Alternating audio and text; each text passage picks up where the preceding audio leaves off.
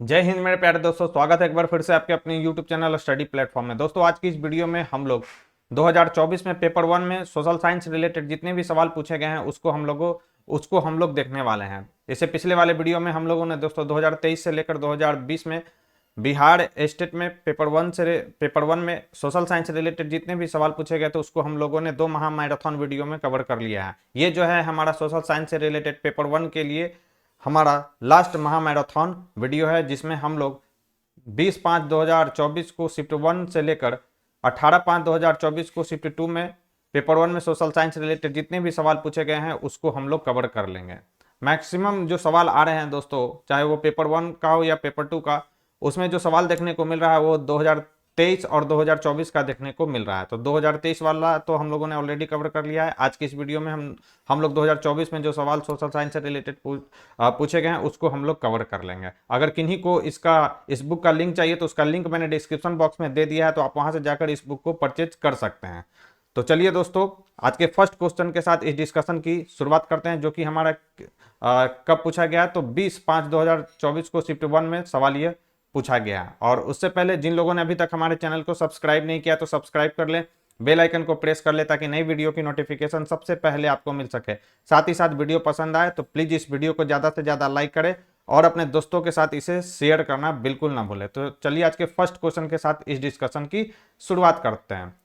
First हमारा question है कि वास्को डी गामा कहाँ का यात्री था। तो वास्को डी गामा पुर्तगाल का यात्री था। यहाँ पर मैं सिर्फ आपको आंसर बताऊंगा क्योंकि हमारे पास समय जो है दोस्तों काफी कम है।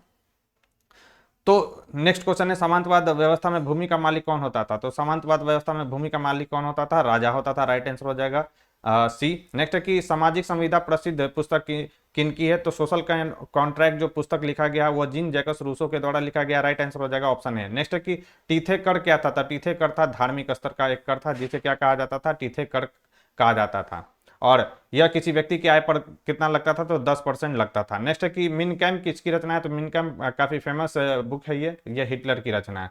नेक्स्ट हमारा सवाल है कि प्रथम विश्व युद्ध कब प्रारंभ हुआ था। तो प्रथम विश्व युद्ध प्रारंभ हुआ था 1914 में। और कब तक चला था? तो याद रखना है 1918 तक। एग्जैक्ट डेट पूछे तो 28 जुलाई 1914 को प्रारंभ हुआ था और समाप्त कब हुआ था? 11 नवंबर 1918 को। नेक्स्ट है कि 96 की घेराबंदी कितनी लंबी थी। तो 96 की घेराबंदी जो थी दोस्तों 28 दिनों तक इसकी घेराबंदी हुई थी। तो 96 की घेराबंदी 28 दिनों तक चली थी, याद रखना है। राइट आंसर हो जाएगा ऑप्शन सी। नेक्स्ट है कि लुई 20 वर्ष का था और उसका विवाह ऑस्ट्रिया राजकुमारी डैश से हुआ था। तो किससे हुआ था? तो याद रखना है मेरी एंटोनेट से लुई 16 का विवाह हुआ था, यानी लुई 16वां का। नेक्स्ट लिबरे डैश में मुद्रा की एक इकाई है जिसे 1794 में बंद कर दिया था। तो याद रखना है फ्रांस की यह मुद्रा है जिसे 1794 में बंद कर दिया गया था। नेक्स्ट प्रथम विश्व युद्ध के दौरान रूस की वापसी ने मित्र देशों की सेनाओं को किस प्रकार प्रभावित किया था। तो याद रखना है मित्र देशों की सेना जल्द ही जर्मनों से अधिक अधिक होने वाली थी, इस तरह से इसको प्रभावित किया था। नेक्स्ट भारत में सबसे बड़ी जनजाति कौन सी है। तो राइट आंसर हो जाएगा भील भारत में सबसे बड़ी जनजाति है दोस्तों। औपनिवेशिक काल के दौरान भारत में वन संसाधनों के दोहन में किस यूरोपीय शक्ति ने महत्वपूर्ण भूमिका निभाई। राइट आंसर हो जाएगा ब्रिटेन ने। नेक्स्ट है कि भारत में ब्रिटिश औपनिवेशिक शासन के दौरान पारित वन अधिनियम 1927 का मुख्य उद्देश्य क्या था। तो इसका मुख्य उद्देश्य था वनों पर नियंत्रण को और कड़ा करना और व्यावसायिक हितों के लिए उनके उपयोग को विनियमित करना, यह इसका मुख्य उद्देश्य था। नेक्स्ट जो हमारा सवाल है कि भारत के अधिकांश क्षेत्रों में महिलाओं को भूमि के स्वामित्व से बाहर क्यों रखा गया है। राइट आंसर हो जाएगा पितृवंशीय रिश्तेदारी प्रणाली और विरासत के तरीके के कारण इन्हें जो है भूमि के स्वामी से महिलाओं को क्या रखा गया है दोस्तों? बाहर रखा गया है। नेक्स्ट हमारा सवाल है कि डैश ग्रामीण समाज में संपत्ति का सबसे महत्वपूर्ण संसाधन और रूप है। राइट आंसर हो जाएगा कृषि भूमि। नेक्स्ट मूंगफली का दूसरा सबसे बड़ा उत्पादक राज्य कौन सा है। तो यह कौन सा है? राजस्थान है। राइट आंसर हो जाएगा ऑप्शन क्या हो जाएगा? बी। और मूंगफली के 3 सबसे बड़े उत्पादक राज्यों में कौन कौन सा? तो पहले नंबर पर है गुजरात, दूसरे नंबर पर राजस्थान और तीसरे नंबर पर कौन सा है? मध्य प्रदेश है। नेक्स्ट निम्नलिखित में से कौन सी फसल भोजन और चारे के रूप में प्रयोग की जाती है। राइट आंसर हो जाएगा कौन किया जाता है भोजन और चारे के रूप में? मक्का। नेक्स्ट है संयुक्त राष्ट्र संघ की कितनी आधिकारिक भाषा है। तो 6 आधिकारिक भाषा। ये 6 आधिकारिक भाषा आपको याद रखना है। अरबी है, चीनी है, अंग्रेजी है, फ्रेंच है, रूसी है और स्पेनिश है दोस्तों। परंतु इसमें जो केवल दो भाषाओं यानी अंग्रेजी और फ्रांसीसी को संचालन की भाषा माना जाता है। नेक्स्ट निम्नलिखित में से कौन राष्ट्रसंघ के भीतर एक संगठन नहीं था। राइट आंसर हो जाएगा अंतर्राष्ट्रीय सैन्य बोर्ड जो था वो राष्ट्रसंघ के भीतर एक संगठन नहीं था। नेक्स्ट है कि बोरबॉन राजवंश जिसे फ्रांसीसी क्रांति के दौरान अपदस्थ कर दिया गया था को डैश की संधि द्वारा हस्ताक्षर करने के बाद सत्ता में बहाल किया गया था। राइट आंसर हो जाएगा वियना की संधि के बाद इन्हें सत्ता में बहाल किया गया था। नेक्स्ट है कि किस साल में रूस में जारिस्ट सत्ता का पतन हुआ था। राइट आंसर हो जाएगा रूस की क्रांति कब हुआ था, तो 1917 में। नेक्स्ट है कि जारिया अलेक्जेंड्रिया थी, तो जारिया जो अलेक्जेंड्रिया थी जर्मन मुल्क की रहने वाली थी। राइट आंसर हो जाएगा ऑप्शन ए। नेक्स्ट ब्रिटेन में लेबर पार्टी की स्थापना समाजवादी और डैश ने किया, तो याद रखना है ट्रेड यूनियनिस्ट ने किया था दोस्तों ब्रिटेन में लेबर पार्टी की स्थापना। नेक्स्ट निम्नलिखित में से कौन सी एक फलीदार फसल है। राइट आंसर हो जाएगा दालें। नेक्स्ट है कि 1916 में किसके नेतृत्व में चरमपंथियों ने कांग्रेस पर नियंत्रण हासिल कर लिया था। राइट आंसर हो जाएगा बाल गंगाधर तिलक के नेतृत्व में। नेक्स्ट है निम्नलिखित में से कौन सी घटना के बाद असहयोग आंदोलन की वापसी का कारण बना। राइट आंसर हो जाएगा चौड़ी चौड़ा घटना, जिसके बाद गांधी जी ने असहयोग आंदोलन को क्या कर लिया था, वापस ले लिया था। नेक्स्ट है 1939 में कांग्रेस के अध्यक्ष चुनाव में पटाभी सीतारामैया किससे पराजित हुए थे, तो याद रखना सुभाष चंद्र बोस जी से। राइट आंसर हो जाएगा डी। नेक्स्ट है कि औद्योगिक क्रांति सर्वप्रथम किस देश में हुआ था, सभी को मालूम होगा इंग्लैंड में हुआ था औद्योगिक क्रांति। नेक्स्ट है कि बाड़ा बंदी आंदोलन कहाँ हुआ था, तो बाड़ा बंदी जो आंदोलन हुआ था वह इंग्लैंड में हुआ था। नेक्स्ट है कि भूमंडलीकरण शब्द का इजाद किसने और कब किया था, तो इसका इजाद किया था जॉन विलियमसन ने। कब किया था, 1990 में। नेक्स्ट हमारा सवाल है कि रेशम मार्ग कहाँ से प्रारंभ होता था, तो रेशम मार्ग प्रारंभ होता था चीन से, और चीन के उत्तर मध्य भाग स्थित सियान से प्रारंभ होता था। यह मार्ग चीन की महान दीवार के साथ पश्चिम की ओर अफगानिस्तान से होते हुए लेवेंट और अनातोनिया तक फैला था। नेक्स्ट भारत में प्रेस का जनक किसे कहा जाता है, तो भारत में जो है प्रेस का जनक कहा जाता है जेम्स ऑगस्टस हिकी को माना जाता है। बंगाल गजट इन्हीं के द्वारा लिखा गया था, कब, 1780 में। नेक्स्ट है हमारा कि जापान में छपाई की तकनीक किसके द्वारा लाई गई थी, तो यह छपाई की तकनीक चीनी बौद्ध भिक्षुओं द्वारा लाई गई थी। नेक्स्ट है कि छापाखाना यानी प्रिंटिंग प्रेस का आविष्कार किसने किया था, तो यह किया था गुटेनबर्ग ने। नेक्स्ट हमारा सवाल है कि निम्नलिखित में से किस नवाचार ने बुनकरों को उत्पादकता बढ़ाने और मिल क्षेत्र के साथ प्रतिस्पर्धा करने में मदद की थी। राइट आंसर हो जाएगा फ्लाइंग शटल ने। नेक्स्ट हमारा सवाल है निम्नांकित में कौन सार्क का सदस्य नहीं है। राइट आंसर हो जाएगा चीन सार्क का सदस्य नहीं है। सार्क देशों की अगर बात करें तो इसमें भारत है, पाकिस्तान है, नेपाल है, श्रीलंका है, बांग्लादेश, भूटान, मालदीव और अफगानिस्तान जो है इसके सदस्य देश हैं। इसका मुख्यालय कहाँ पर है, काठमांडू में। नेक्स्ट है कि रेड क्लिफ भारत और किस देश से अलग करती है, भारत को किस देश से अलग करती है ऐसा कह सकते हैं आप, तो पाकिस्तान को अलग करता है दोस्तों। और भारत पाकिस्तान सीमा की लंबाई कितना है, तो 3,323 किलोमीटर है, जो 1947 में देश के विभाजन की उत्पाद है दोस्तों। नेक्स्ट किसी समुद्र जलप्रपात किस नदी पर है, तो राइट आंसर हो जाएगा कावेरी नदी पर यह बना हुआ है। फिर आप देख लेते हैं इंपॉर्टेंट जलप्रपात, तो कुचिकल जलप्रपात वाराही नदी पर है। जोग या महात्मा गांधी जलप्रपात जो है शरावती नदी पर है। होगे नक्कल जलप्रपात कावेरी पर है। धुआंधार जलप्रपात नर्मदा नदी पर है। दुदुमा जलप्रपात कहाँ पर है, मंचकुंड में नदिया पर है ये दोस्तों। भारत में दक्षिण पश्चिम मानसून का आगमन कब से होता है, तो यह होता है 1 जून से। कहाँ पर, किस तट पर यह सबसे पहले आता है, तो केरल के तट से पर यह पहली बार आता है 1 जून को। किस वर्ष से सरकार द्वारा पादप उद्यानों को वित्तीय तथा तकनीकी सहायता दी जा रही है। राइट आंसर हो जाएगा 1992 से। नेक्स्ट भारत के किस राज्य में न्यूनतम जनसंख्या घनत्व है। राइट आंसर हो जाएगा अरुणाचल प्रदेश में न्यूनतम जनसंख्या घनत्व है। कितना व्यक्ति है, तो 17 व्यक्ति पर वर्ग किलोमीटर है। और सबसे अधिक जनसंख्या घनत्व किसका है, तो बिहार राज्य का है, याद रखना है 1106 व्यक्ति प्रति वर्ग किलोमीटर। नेक्स्ट है कि आधिकारिक रूप से कितने वर्षों पर जनगणना होती है, तो 10 वर्षों में जनगणना होती है। राइट आंसर हो जाएगा ऑप्शन बी। और 2011 की जनगणना भारत की 15वीं और स्वतंत्र भारत की 7वीं जनगणना थी। पॉइंट याद रखेंगे। निम्नलिखित में से कौन सा उम्र समूह कार्यशील जनसंख्या है, तो कौन सा है, 15 से 60 वर्ष। नेक्स्ट निम्नलिखित में से कौन सा देश भारत के साथ सबसे छोटी सीमा साझा करता है। राइट आंसर हो जाएगा अफगानिस्तान। मात्र कितना है, तो याद रखना 106 किलोमीटर। और पाकिस्तान एवं अफगानिस्तान को सीमा को जो है डूरंड लाइन के नाम से जाना जाता है। श्रीलंका को स्वतंत्रता कब मिली थी, तो यह मिला था 1948 में। नेक्स्ट है मापनी क्या है, तो मापनी क्या है, अनुपात है एक। नेक्स्ट है पृथ्वी के अक्ष के सिरों को कहते हैं, तो इसे कहा जाता है ध्रुव कहा जाता है। नेक्स्ट है दुनिया के प्रदूषित नदियों में शामिल कौन सा है, तो याद रखना है गंगा है। नेक्स्ट है भारत किस महाद्वीप में स्थित है, तो यह एशिया महाद्वीप में स्थित है। नेक्स्ट है झारखंड, छत्तीसगढ़ और मध्य प्रदेश राज्य खनिज और डैश में समृद्ध है, तो याद रखना है कोयला में यह समृद्ध है। नेक्स्ट है भारत का कौन सा राज्य सबसे अधिक मात्रा में दालों का उत्पादन करता है। राइट आंसर हो जाएगा मध्य प्रदेश। अगर हम दाल का क्रम देखें कि प्रथम पर कौन है, तो मध्य प्रदेश, दूसरे पर कौन है, महाराष्ट्र, और तीसरे पर कौन है, राजस्थान। जबकि अरहर तूर के उत्पादन में अग्रणी 3 राज्य कौन कौन सा है, तो कर्नाटक है पहले नंबर पर, दूसरे नंबर पर महाराष्ट्र और तीसरे नंबर पर उत्तर प्रदेश है।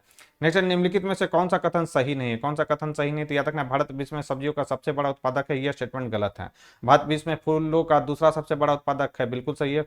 फलों सब्जियों और मसालों के उत्पादन को बागवानी कहते हैं, बिल्कुल सही है। उत्तर प्रदेश जो है भारत में गेहूं का सबसे बड़ा उत्पादक है, यह भी सही है। विश्व में याद रखना सब्जियों एवं फलों का सबसे बड़ा उत्पादक देश कौन सा है, तो यह चीन है। नेक्स्ट है कि भारत में श्वेत क्रांति के पिता के रूप में किसे जाना जाता है, तो डॉक्टर वर्गीज कुरियन को जाना जाता है श्वेत क्रांति के पिता के रूप में। नेक्स्ट हमारा सवाल है कि कोई पदार्थ या वस्तु उसकी डैश के कारण संसाधन बन जाता है, राइट आंसर हो जाएगा उपयोगिता के कारण। नेक्स्ट सवाल है कि ताजा पानी मुख्य रूप से सतही अपवाह और भूजल से प्राप्त होता है, जिसे डैश के माध्यम से लगातार नवीनीकृत और रिचार्ज किया जा रहा है, राइट आंसर हो जाएगा हाइड्रोलॉजिकल चक्र के द्वारा। नेक्स्ट है कि मीठे पानी का लगभग 70% डैश ग्रीनलैंड और दुनिया के पर्वतीय क्षेत्रों में बर्फ की चादरों और ग्लेशियरों के रूप में है, तो याद रखना है अंटार्कटिका। ये जो है दोस्तों शिक्षण आर्ट ऑफ टीचिंग में जो है दोस्तों 10 सवाल जो आते हैं जीके जीएस से, उसमें भी ये सवाल आया हुआ है, 56 नंबर सवाल। नेक्स्ट है कि विश्व में जल भृतियों में डैश से थोड़ा कम मीठे पानी को भूजल के रूप में संग्रहित किया जाता है, याद रखना है 0.3, इसका राइट आंसर हो जाएगा। छत वर्षा जल संचयन पुनर्भरण की एक तकनीक है, याद रखना है भूजल की। निम्नलिखित में से कौन सा पानी की कमी के कारण नहीं है, तो पानी की कमी के कारण इनमें से कोई नहीं, अत्यधिक दोहन, अत्यधिक उपयोग, बढ़ती जनसंख्या, तो इसका राइट आंसर सभी को मालूम है, इनमें से कोई नहीं होगा। नेक्स्ट है कि उत्तर पूर्वी भारत में जनजातीय क्षेत्रों के बड़े हिस्से को वनों की कटाई डैश द्वारा किया गया है, राइट आंसर हो जाएगा स्थानांतरण खेती के द्वारा, यानी झुमकी कृषि जिसको आप कहते हैं उसके द्वारा। निम्नलिखित में से कौन सी मणिपुर की लुप्त प्राय प्रजाति है, राइट आंसर हो जाएगा संगाई। संगाई जो है मणिपुर की लुप्त प्राय प्रजाति है दोस्तों, इंपॉर्टेंट है सवाल। निम्नलिखित में से कौन से गैर पारंपरिक संसाधन है, तो गैर पारंपरिक संसाधन कौन सा है, तो पवन ऊर्जा, सौर ऊर्जा, ज्वारीय ऊर्जा, इन सभी को गैर पारंपरिक संसाधन माना जाता है दोस्तों। और पारंपरिक कौन सा है, तो पेट्रोलियम है, कोयला है, प्राकृतिक गैस है, परमाणु ऊर्जा है और जल विद्युत ऊर्जा है। नेक्स्ट जीवाश्म ईंधन क्या है, तो जीवाश्म ईंधन जो है दबे हुए जीव द्वारा निर्मित होता है जीवाश्म ईंधन। नेक्स्ट निम्नलिखित में से किस देश के पास पेट्रोलियम और प्राकृतिक गैस का विशाल भंडार नहीं है, राइट आंसर हो जाएगा चाइना के पास। यहाँ पर कच्चे तेल का भंडार और प्राकृतिक गैस भंडार दिया गया है। रैंक 1 पर कौन सा है, वेनेजुएला है। रैंक 2 पर कौन सा है, सऊदी अरब है। तीसरे पर कनाडा और उसके बाद कौन है, ईरान, इराक, ये दिया गया है। फिर प्राकृतिक गैस भंडार के मामले में कौन है, तो रूस पहले नंबर पर है, उसके बाद ईरान है, थर्ड नंबर पर है कतर, चौथे नंबर पर है तुर्कमेनिस्तान और पांचवें पर कौन है, यूएसए। नेक्स्ट है कि हुगली औद्योगिक प्रदेश का केंद्र, तो याद रखना है कोलकाता हावड़ा औद्योगिक प्रदेश का केंद्र है हुगली। तो हुगली औद्योगिक प्रदेश का केंद्र कौन सा है, तो कोलकाता हावड़ा, राइट आंसर हो जाएगा डी। नेक्स्ट है कि किस पतन का नाम जवाहरलाल नेहरू पतन रखा गया, राइट आंसर हो जाएगा मुंबई पतन का नाम रखा गया जवाहरलाल नेहरू पतन। नेक्स्ट निम्नलिखित में से कौन सी ऊनी वस्त्रों का केंद्र है, राइट आंसर हो जाएगा बीकानेर जो है ऊनी वस्त्रों का जो है दोस्तों केंद्र है। नेक्स्ट है कि सूती धागे के विश्व व्यापार में भारत की बड़ी हिस्सेदारी है, जो कुल व्यापार का कितना है, तो याद रखना कुल व्यापार का 0.25 है दोस्तों, यानी 1/4 है। नेक्स्ट है कि भारत की जीडीपी में कपड़ा उद्योग का उत्पादन कितना है, तो यह कितना 0.04% है कपड़ा उद्योग का योगदान भारत की जीडीपी में, अर्थात कितना है, तो यह 4% है। नेक्स्ट है कि 2011 की जनगणना के अनुसार बिहार में प्रति वर्ग किलोमीटर जनसंख्या घनत्व कितना है, अभी मैंने आपको बताया था कितना है, 1106 व्यक्ति है प्रति वर्ग किलोमीटर, जो कि भारत की जनसंख्या घनत्व में सबसे नंबर 1 पर है, कौन सा, अपना प्यारा राज्य बिहार। नेक्स्ट है कि कहलगांव तापीय विद्युत परियोजना किस जिले में अवस्थित है, तो यह कहाँ पर है, भागलपुर, बिहार के भागलपुर जिले में जो है दोस्तों कहलगांव तापीय विद्युत परियोजना स्थित है। नेक्स्ट है कि अविभाजित बिहार में निम्नलिखित में से कौन सा एक बड़ा कृषि औद्योगिक शहर था, राइट आंसर हो जाएगा डालमिया नगर, वर्तमान में यह झारखंड का हिस्सा है। बिहार का कौन सा जिला सर्वाधिक वन आच्छादित है, राइट आंसर हो जाएगा कैमूर। नेक्स्ट है बिहार की निम्नलिखित में से कौन सी ताप विद्युत परियोजना कोयले पर आधारित है, राइट आंसर हो जाएगा इनमें से सभी, यानी बरौनी, कांटी और बाढ़, ये सभी के सभी ताप विद्युत परियोजनाएं हैं, याद रखेंगे। मुजफ्फरपुर का ताप जो संयंत्र है कांटी नामक स्थान पर स्थित है, ठीक है। और ये जो है बिहार राज्य विद्युत परिषद का दूसरा सबसे बड़ा संयंत्र बरौनी में स्थापित है। नेक्स्ट है बेल्जियम में सामाजिक विभाजन का आधार था, तो याद रखना है भाषा था। नेक्स्ट हमारा सवाल है कि भारतीय संविधान में समवर्ती सूची का प्रावधान किस देश से लिया गया है, तो यह लिया गया ऑस्ट्रेलिया से समवर्ती सूची का प्रावधान। नेक्स्ट है कि रंगभेद की नीति किस देश में कायम था, तो याद रखना है दक्षिण अफ्रीका में कायम था। नेक्स्ट हमारा सवाल है कि स्वतंत्र एवं निष्पक्ष चुनाव कराने की जिम्मेदारी किसकी है, तो यह है चुनाव आयोग की है जिम्मेदारी। नेक्स्ट है कि यूनिवर्सल एडल्ट फ्रेंचाइजीज से क्या तात्पर्य है, तो इसका तात्पर्य है कि सभी वयस्कों को वोट देने का अधिकार। इसका क्या होता है, फ्रेंचाइज का अर्थ होता है समान वयस्क मताधिकार, यूनिवर्सल एडल्ट फ्रेंचाइजी। नेक्स्ट है कि भारतीय संविधान में मौलिक कर्तव्य किस देश से लिया गया, तो इसे लिया गया रूस से।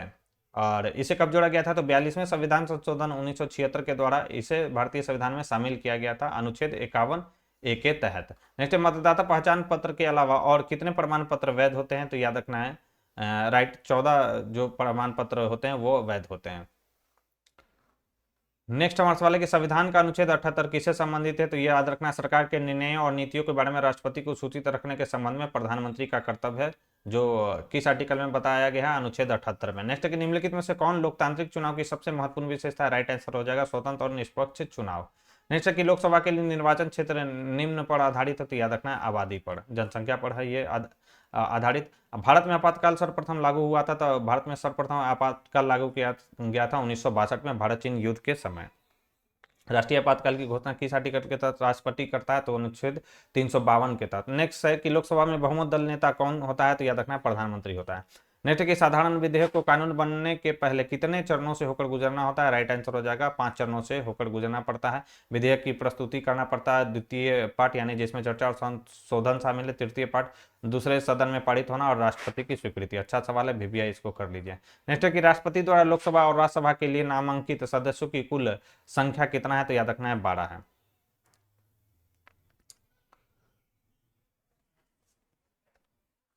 नेक्स्ट है इनमें से क्यों यहाँ पे 12 हुआ है, तो देखिए 2 एंग्लो इंडियन को जो नॉमिनेट करता था राष्ट्रपति वो अब समाप्त हो चुका है, तो अभी नॉमिनेट केवल राज्यसभा में ही हो सकता है और राज्यसभा में राष्ट्रपति जो है 12 व्यक्तियों को जो है नॉमिनेट करते हैं, इसलिए इसका राइट आंसर 12 होगा, 14 आपको टिक आउट नहीं करना है। इनमें से कौन एक राजनीतिक अधिकार है, याद रखना है चुनाव लड़ने का अधिकार जो है एक जो है राजनीतिक अधिकार है। नेक्स्ट कि सामाजिक विभेद का एक अच्छा परिणाम क्या है, राइट आंसर हो जाएगा लोकतंत्र को सशक्त बनाना।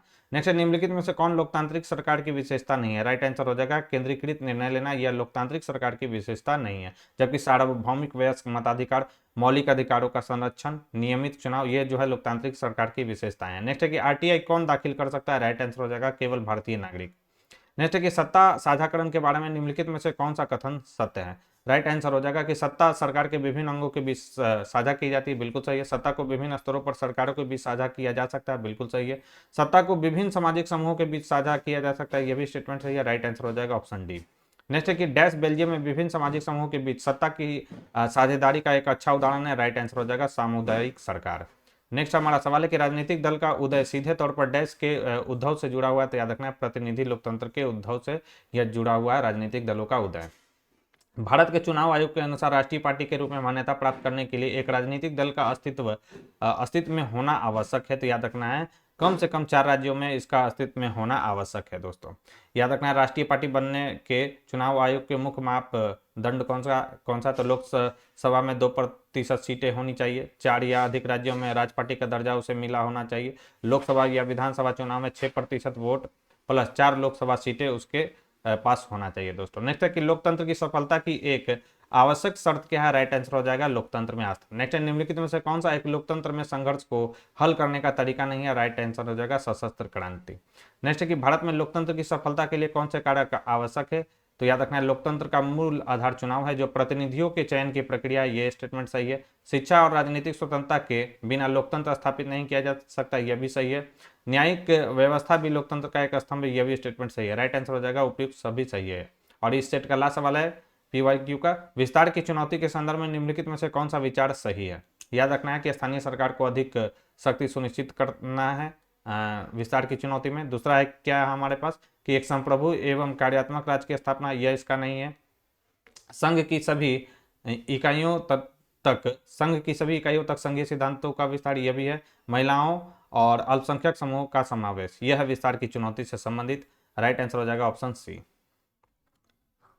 नेक्स्ट जो सेट है वो कब पूछा गया है, नेक्स्ट जो सेट है आइए हम देख लेते हैं। नेक्स्ट जो सेट पूछा गया 25/5/2024 को शिफ्ट 2 में पेपर पूछा गया, उससे रिलेटेड हम लोग सवालों को देखेंगे। सवाल पहला कि समुद्री मार्ग से विश्व का परिभ्रमण सबसे पहले किसने किया था, तो यह किया था मैगलेन ने किया था। इनका नाम था फर्दिनांद मैगलेन था, याद रखना राइट आंसर हो जाएगा ऑप्शन बी। नेक्स्ट कि भौगोलिक खोजों के परिणाम स्वरूप किस वर्ग को अधिक फायदा हुआ था, तो याद रखना है व्यापारी वर्ग को। नेक्स्ट अमेरिका का पता किसने लगाया था, तो यह लगाया था कोलंबस ने। नेक्स्ट कि इंग्लैंड में स्टाम्प एक्ट किस वर्ष पारित हुआ था, इंपॉर्टेंट सवाल है, तो 1765 में इंग्लैंड में स्टाम्प एक्ट पारित हुआ था दोस्तों, राइट आंसर हो जाएगा ऑप्शन है। नेक्स्ट है कि सप्तवर्षीय युद्ध में किसकी पराजय हुई थी, तो याद रखना है फ्रांस की पराजय हुई थी सप्तवर्षीय युद्ध। कब से कब तक चला था, तो 1756 से 1763 ईस्वी तक यह चला था। नेक्स्ट हमारा सवाल है कि अमेरिकी स्वतंत्रता संग्राम में अंग्रेजों का सेनापति कौन था, तो याद रखना कौन था, तो कॉर्नवालिस था। कौन था दोस्तों, तो कॉर्नवालिस था।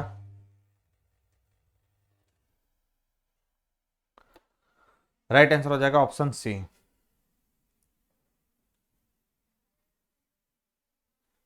तो अमेरिकी स्वतंत्रता संग्राम में ब्रिटिश सेना का जो जनरल था कौन था, कॉर्नवालिस था, जबकि जॉर्ज वाशिंगटन अमेरिकी सेना के प्रमुख नेता थे। नेक्स्ट है कि किस संधि के द्वारा अमेरिकी स्वतंत्रता संग्राम को मान्यता मिली थी, तो याद रखना है पेरिस की संधि के द्वारा। कब हुआ था, तो 1783 में। नेक्स्ट है फ्रांस में हर साल राष्ट्रीय दिवस कब मनाया जाता है, तो याद रखना है 14 जुलाई को राष्ट्रीय दिवस मनाया जाता है हर साल फ्रांस में। नेक्स्ट है कि नाजीवाद किस देश में एक राजनीतिक विचारधारा के रूप में उभरा था, राइट आंसर हो जाएगा जर्मनी में। नेक्स्ट है कि एडोल्फ हिटलर की आत्मकथा की शीर्षक क्या था, जिसमें उन्होंने जर्मनी के लिए अपनी राजनीति विचारधारा और भविष्य की योजनाओं की रूपरेखा दी थी, राइट आंसर हो जाएगा मेन कैंप में। चूड़ामन राय किस विद्रोह से संबंधित है, तो याद रखना चेरो विद्रोह से संबंधित है। और चेरो विद्रोह की शुरुआत कब होता है, तो 1770-71 में होता है। और चूड़ामन जो राय थे इसी विद्रोह से जुड़े थे। 1783 में क्या होता है, राजा विश्वनाथ राय की मृत्यु के बाद चूड़ामन राय का शासन आया।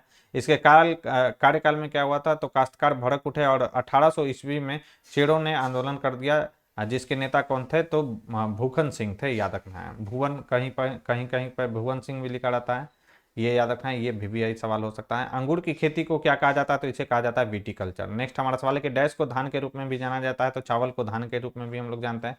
रबर बागान प्रसिद्ध है, तो याद रखना है मलेशिया में। नेक्स्ट है कि भूमि बंदोबस्त की डैश प्रणाली में वास्तविक कृषक कर चुकाने के लिए उत्तरदायी होते थे, न कि जमींदार। तो किस में था, तो यह था रैयतवाड़ी प्रणाली में। रैयत का शाब्दिक अर्थ क्या होता है, किसान होता है। नेक्स्ट है कि अरेबिका किस्म की कॉफी शुरू में निम्नलिखित में से किस देश से भारत लाई गई थी, तो याद रखना है यमन से यह लाया गया था, अरेबिका किस्म की कॉफी भारत में। और इसकी कृषि की जो शुरुआत है बाबा बुदुन पहाड़िया से हुई, जो और आज भी जो है इसकी खेती नीलगिरी की पहाड़ियों के आसपास कर्नाटक, केरल और तमिलनाडु में की जाती है।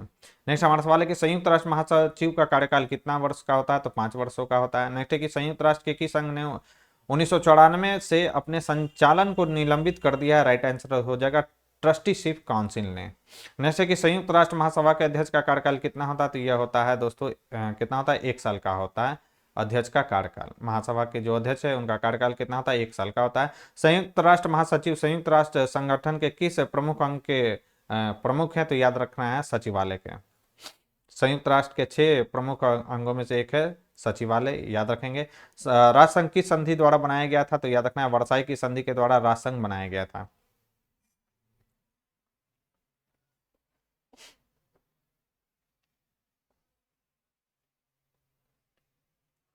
नेक्स्ट है कि डैश का मानना था कि राज्य और समाज के स्थापित पारंपरिक संसाधनों को संरक्षित किया जाना चाहिए, तो यह मानना था कंजर्वेटिव का। नेक्स्ट है कि बोल्शेविक क्रांति के नेता कौन थे, तो लेनिन थे, याद रखना है। नेक्स्ट है कि 1918 में हस्ताक्षरित ब्रेस्ट लिटोवस्क की संधि के परिणाम स्वरूप रूस का हुआ था, तो याद रखना है रूस का क्या होता, जर्मनी के हाथों क्षेत्र हारना इसमें था। तो 1918 में हस्ताक्षरित ब्रेस्ट जो लिटोवस्क की संधि के परिणाम स्वरूप रूस ने जर्मनी के हाथों क्षेत्र हारना पड़ा था। रूस को जर्मनी के हाथों क्या हारना पड़ा था, अपना क्षेत्र हारना पड़ा था। इस संधि के तहत रूस को Ukraine, Poland, Belarus, Lithuania, Latvia, Estonia जैसे महत्वपूर्ण क्षेत्रों को छोड़ना पड़ा था। नेक्स्ट है किसने जालियांवाला बाग हत्याकांड के विरोध में अपना नाइटहुड का खिताब वापस करने की घोषणा की थी, तो याद रखना है रविन्द्रनाथ टैगोर ने नाइटहुड की उपाधि लौटा दी थी। नेक्स्ट है कि अखिल भारतीय किसान सभा का गठन कब और कहां हुआ था, तो इसका गठन हुआ था 1936 में लखनऊ में। और इसके अध्यक्ष कौन बनाए गए थे, तो स्वामी सहजानंद सरस्वती जो थे इसके अध्यक्ष बनाए गए थे। और इंपॉर्टेंट फैक्ट आपको एक और याद रखना है कि इसके सचिव कौन बने थे, तो एनजी रंगा बने थे। बीपीएससी ट्री में यह सवाल पूछा गया है। निम्नलिखित में से किसने एमएन रॉय और नलिनी गुप्ता के प्रभाव में कलकत्ता में कम्युनिस्ट समूह का गठन किया था, राइट आंसर हो जाएगा मुजफ्फर अहमद ने।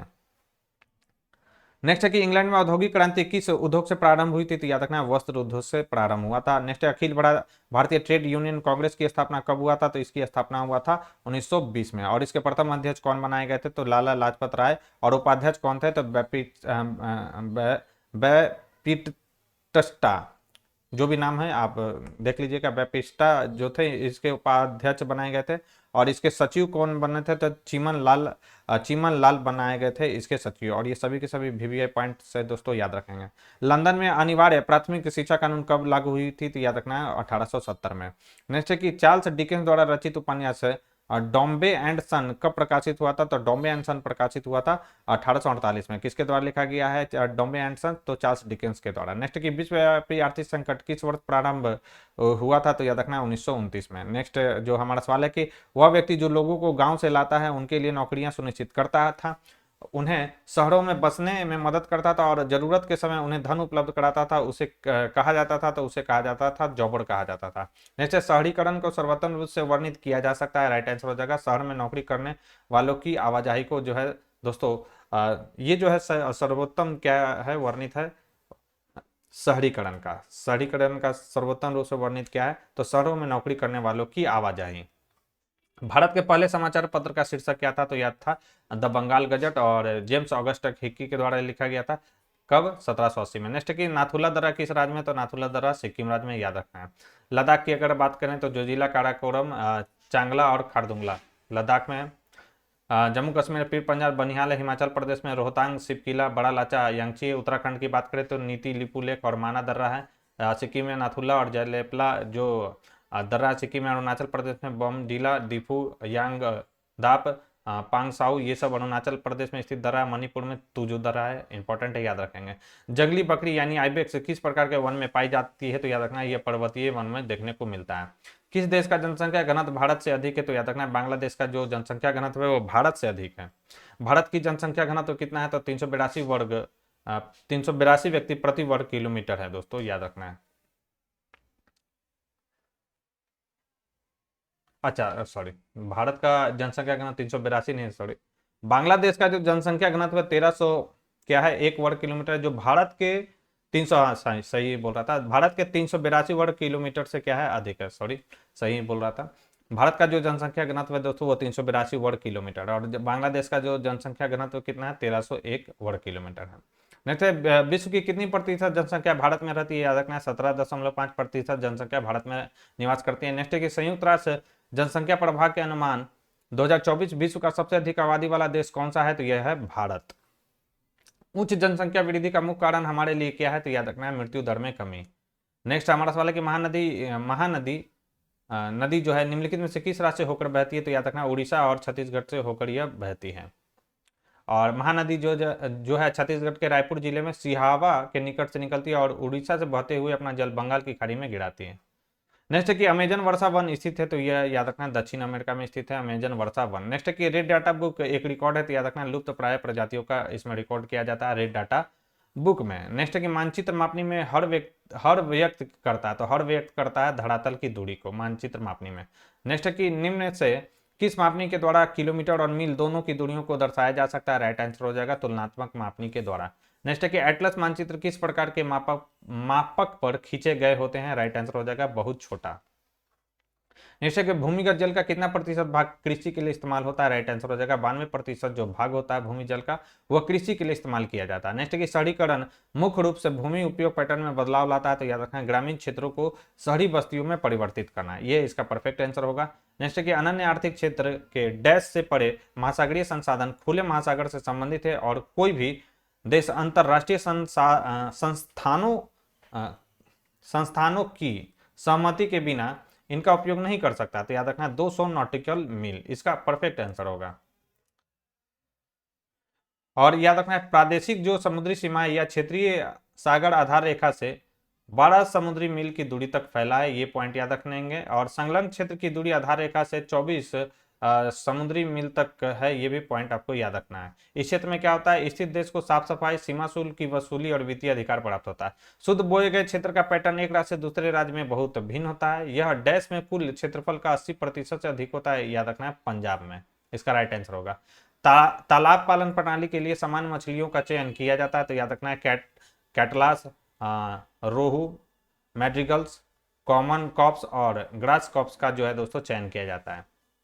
भारत में खाद्यान्न उत्पादन की खरीद, वितरण और भंडारण के लिए कौन सी एजेंसी जिम्मेदार है, राइट आंसर हो जाएगा भारतीय खाद्य निगम जो है इसके लिए जिम्मेदार है। नेक्स्ट है कि निम्नलिखित में से कौन सी उद्योग विदेशी प्रतिस्पर्धा से बुरी तरह प्रभावित हुए हैं, तो राइट आंसर हो जाएगा कपड़ा उद्योग। नेक्स्ट हमारा सवाल है कि भारत प्रति व्यक्ति प्रति वर्ष पानी की उपलब्धता के मामले में दुनिया में किस रैंक पर स्थित है, याद रखना है 133वां रैंक है दोस्तों भारत की। नेक्स्ट निम्नलिखित में से कौन सा राज्य तेल का सबसे पुराना उत्पादक है, राइट आंसर हो जाएगा असम। असम राज्य है तेल का सबसे पुराना उत्पादक है। दिग्बोई, नहरकटिया और मिरन हुगड़ी जन जो है इस राज्य के महत्वपूर्ण तेल उत्पादक क्षेत्र हैं। भारत में मुंबई है, गुजरात और असम प्रमुख पेट्रोलियम उत्पादक क्षेत्र है। नेक्स्ट निम्नलिखित में से कौन एक अपतटीय तेल क्षेत्र है, राइट आंसर हो जाएगा मुंबई है। इसकी खोज कब हुई थी, 1973 में तथा 1976 से उत्पादन प्रारंभ हुआ था। नेक्स्ट है कि 11वीं शताब्दी में अपने समय की सबसे बड़ी कृत्रिम झीलों में से एक डैश झील का निर्माण किया गया था, राइट आंसर हो जाएगा भोपाल।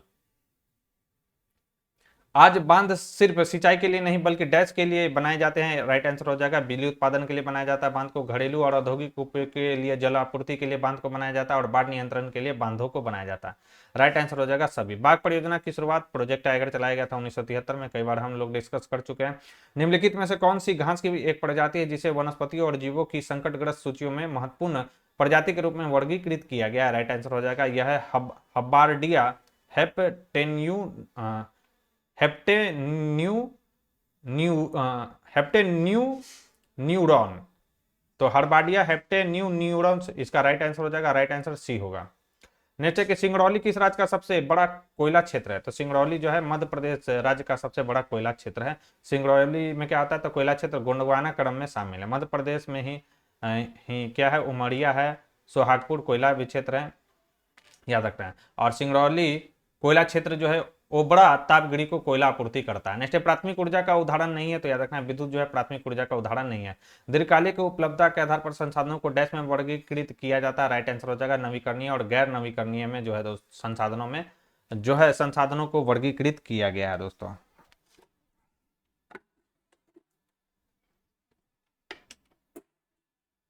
नेक्स्ट हमारा सवाल है कि निम्नांकित में से कौन उद्योग कृषि पर आधारित नहीं है, राइट आंसर हो जाएगा सीमेंट।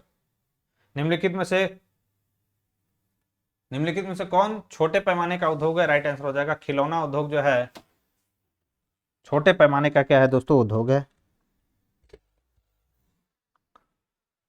राइट आंसर हो जाएगा सी। नेक्स्ट है कि नेपानगर किस उद्योग के लिए प्रसिद्ध है, तो याद रखना अखबारी कागज के लिए यह फेमस है। भारत में कुछ प्रमुख कागज उद्योग क्षेत्र हैं, जैसे राजमुंद्री है आंध्र प्रदेश में, बल्लारपुर है महाराष्ट्र में, टीटागढ़ है पंजाब में और ब्रजराज है कहाँ पर, उड़ीसा में। नेपानगर कहाँ पर है, मध्य प्रदेश राज्य में। नेक्स्ट है पूर्व मध्य रेलवे का मुख्यालय कहाँ पर है, तो यह हाजीपुर में। उत्तर पूर्वी की अगर बात करें तो कहाँ है, गोरखपुर में। दक्षिण पूर्वी का कोलकाता में, पूर्वी का कहाँ है, कोलकाता में। और उत्तर मध्य का कहाँ है, इलाहाबाद यानी प्रयागराज में। मानक गेज रेलवे की चौड़ाई कितनी होती है, तो मानक गेज रेलवे की चौड़ाई कितना होता है, 1.5 मीटर होता है। नेक्स्ट हमारा सवाल है कि बिहार में नहरों द्वारा सर्वाधिक सिंचाई किस जिले में होता है, तो याद रखना रोहतास में होता है। नेक्स्ट 2011 की जनगणना के अनुसार बिहार की साक्षरता दर कितना है, तो याद रखना 2011 की जनगणना के अनुसार बिहार की साक्षरता दर कितना है, तो 61.8% है। नेक्स्ट है कि बिहार में खनिजों और जिलों के संदर्भ में जहां वे मुख्य रूप से पाए जाते हैं निम्नलिखित युग्मों पर विचार कीजिए और सही युग्म कौन सा आपको बताना है। तो याद रखना चूना पत्थर पाया जाता है कैमूर में, बिल्कुल सही। अभ्रक जो है नवादा में देखने को मिलता है। क्वाड जो है भागलपुर में देखने को मिलता है, बिल्कुल सही। क्वाडजाइट जो है लखीसराय में देखने को मिलता है। सभी के सभी यहाँ पर सही लगे हुए हैं, राइट आंसर हो जाएगा ऑप्शन डी। नेक्स्ट है कि बिहार के निम्नलिखित में से किस जिले में कहलगांव थर्मल पावर प्लांट स्थित है, देख लीजिए कहलगांव कहाँ पर है, पिछले वाले सेट में भी आया था, तो भागलपुर में है ये। और कांटी कहाँ पर है, तो मुजफ्फरपुर में। बिहार सरकार द्वारा कन्या जन्म को प्रोत्साहित करने के लिए कौन सी योजना लागू की गई है, याद रखना मुख्यमंत्री कन्या सुरक्षा योजना लागू किया गया है बिहार सरकार के द्वारा। नेक्स्ट है कि लोकतंत्र में शासन कौन करता है, तो याद रखना है जनता करता है। भारत में चुनाव चिन्ह कौन जारी करता है, तो याद रखना है चुनाव आयोग। नेक्स्ट नीचे दिए गए देशों में से किस देश में लोगों को सबसे कम विश्वास है कि उनके वोटों से कोई फर्क पड़ता है, राइट आंसर हो जाएगा पाकिस्तान में। नेक्स्ट है कि निम्नलिखित में से कौन लोकतांत्रिक चुनाव की सबसे महत्वपूर्ण विशेषता है, याद रखना है स्वतंत्र और निष्पक्ष चुनाव। लोकसभा के लिए निर्वाचन क्षेत्र निम्न पर आधारित है, तो याद रखना है आबादी पर, जनसंख्या पर। रिपीटेड सवाल है ये। पूर्व विश्व में किस देश का सबसे बड़ा लिखित संविधान था, तो याद रखना है भारत का सबसे पूरे विश्व में लिखा गया है। पूरे विश्व में किस देश का सबसे बड़ा लिखित संविधान है, तो पूरे विश्व में जो है भारत का सबसे बड़ा लिखित संविधान है। 25 भाग है और 12 अनुसूचियां और लगभग अनुच्छेद कितना है, 448। संविधान के किस भाग में मौलिक कर्तव्य का जिक्र है? देखिए भाग 4 क में जो है मौलिक कर्तव्य का जिक्र है। कहाँ से अडॉप्ट किया है हमने? रूस से लिया है, रूस के संविधान से। किस संविधान संशोधन के माध्यम से इसे संविधान में शामिल किया गया है? तो 42वें संविधान संशोधन 1976 के द्वारा इसे संविधान में शामिल किया गया। नेक्स्ट, इनमें से वर्तमान में चुनाव आयुक्त कौन है? तो वर्तमान में जो चुनाव आयुक्त है ज्ञानेश कुमार है, याद रखना है आपको। इनका क्रम बताना है कि कितने क्रम के हैं ये। नेक्स्ट, भारत में आरक्षित निर्वाचन क्षेत्रों की अवधारणा आधारित है, तो याद रखना है जाति पर।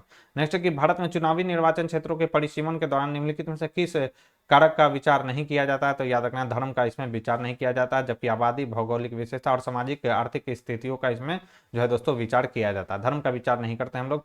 द्वितीय राष्ट्रीय पिछड़ा वर्ग आयोग का गठन कब किया गया था? तो याद रखना है 1979 में जो है द्वितीय राष्ट्रीय पिछड़ा वर्ग आयोग का गठन किया गया था। इंपॉर्टेंट सवाल है, याद रखना है। और में बीपी मंडल की प्राथमिक उद्देश्य भारत में सामाजिक और शैक्षणिक रूप से पिछड़े वर्गों की पहचान के लिए मानदंड निर्धारित करना था। लोकसभा को इंग्लैंड में क्या कहा जाता है? तो इसे कहा जाता है हाउस ऑफ कॉमन्स कहा जाता है। और राज्यसभा को क्या कहा जाता है? तो हाउस ऑफ लॉर्ड्स कहा जाता है। अमेरिका में प्रतिनिधि सभा कहा जाता है, याद रखना है, यानी house of representative. Next, Bharat के राष्ट्रपति का चुनाव किसके द्वारा किया जाता है? तो यह किया जाता है उपयुक्त सभी लोकसभा के सदस्य, राज्यसभा के सदस्य, लोकसभा के सदस्य और राज्य विधान सभा के सदस्य। कौन से सदस्य? नॉमिनेट नहीं, निर्वाचित सदस्य। और निर्वाचक मंडल की व्यवस्था संविधान के किस आर्टिकल में है? तो याद रखना है 54, आर्टिकल 54। भारत के राष्ट्रपति को हटाने के लिए उनके खिलाफ महाभियोग के आरोप को प्राथमिक दी जाती है, तो याद रखना है संसद के दोनों सदनों में। महाभियोग से संबंधित आर्टिकल कौन सा है? तो आर्टिकल 61। डॉक्टर भीमराव अंबेडकर ने किस मौलिक अधिकार को संविधान की आत्मा कहा था? तो याद रखना है संवैधानिक उपचारों का अधिकार। किस अनुच्छेद में? तो अनुच्छेद 32 में। नेक्स्ट है, सामाजिक विभेद की उत्पत्ति का प्रधान कारण क्या था? तो याद रखना है जन्म था इसका प्रधान कारक। जब साथी नागरिक या सरकार एक दूसरे के अधिकारों का सम्मान नहीं करते हैं तो इसे निम्नलिखित में से किस पद के रूप में जाना जाता है? राइट आंसर हो जाएगा अतिक्रमण या उल्लंघन के रूप में इसे जाना जाता है। निश्चय निम्नलिखित में से कौन सा मौलिक अधिकार नहीं है? राइट आंसर हो जाएगा संपत्ति का अधिकार मौलिक अधिकार नहीं है। इसे जो है मौलिक अधिकार की श्रेणी से बाहर निकालकर 44वें संविधान संशोधन 1978 के द्वारा एक विधिक अधिकार बना दिया गया था। और अब इससे संबंधित जो आर्टिकल है कौन सा है? तो अनुच्छेद 300 का है।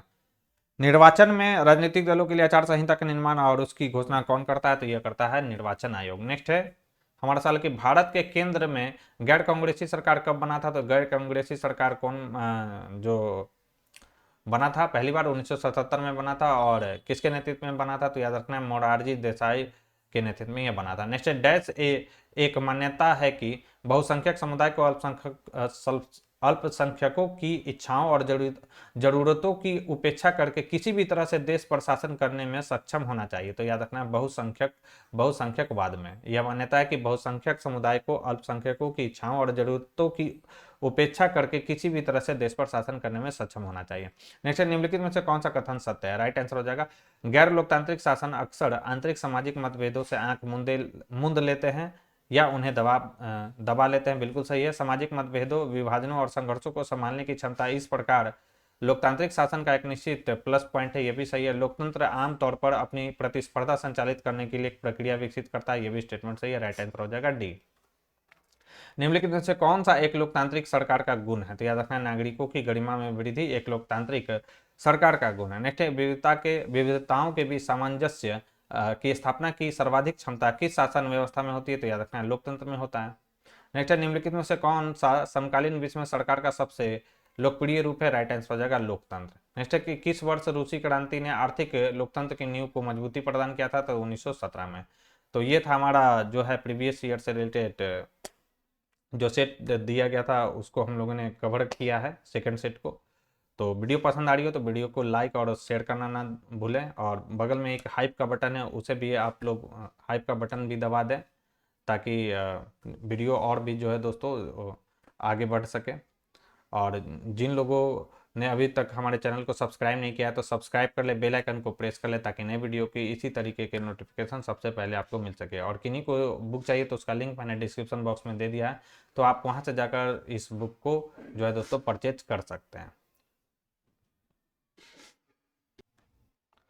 चलिए नेक्स्ट जो सेट है हमारा वो है 19/5/2024 को शिफ्ट 1 में जो सोशल साइंस से रिलेटेड सवाल पूछा गया पेपर 1 में, उसको हम लोग देखेंगे। सवाल है फर्स्ट कि वास्को डी गामा ने भारत का पता किस वर्ष लगाया था? तो 1498 में लगाया था। सर्वप्रथम कॉमन सेंस की रचना किसने की थी? तो यह की थी थॉमस पेन ने कॉमन सेंस की रचना। और यह कब प्रकाशित हुआ था? 1776 में। अमेरिका का संविधान जो है किस वर्ष लागू किया गया? तो याद रखना है 1789 में जो है दोस्तों लागू किया गया था।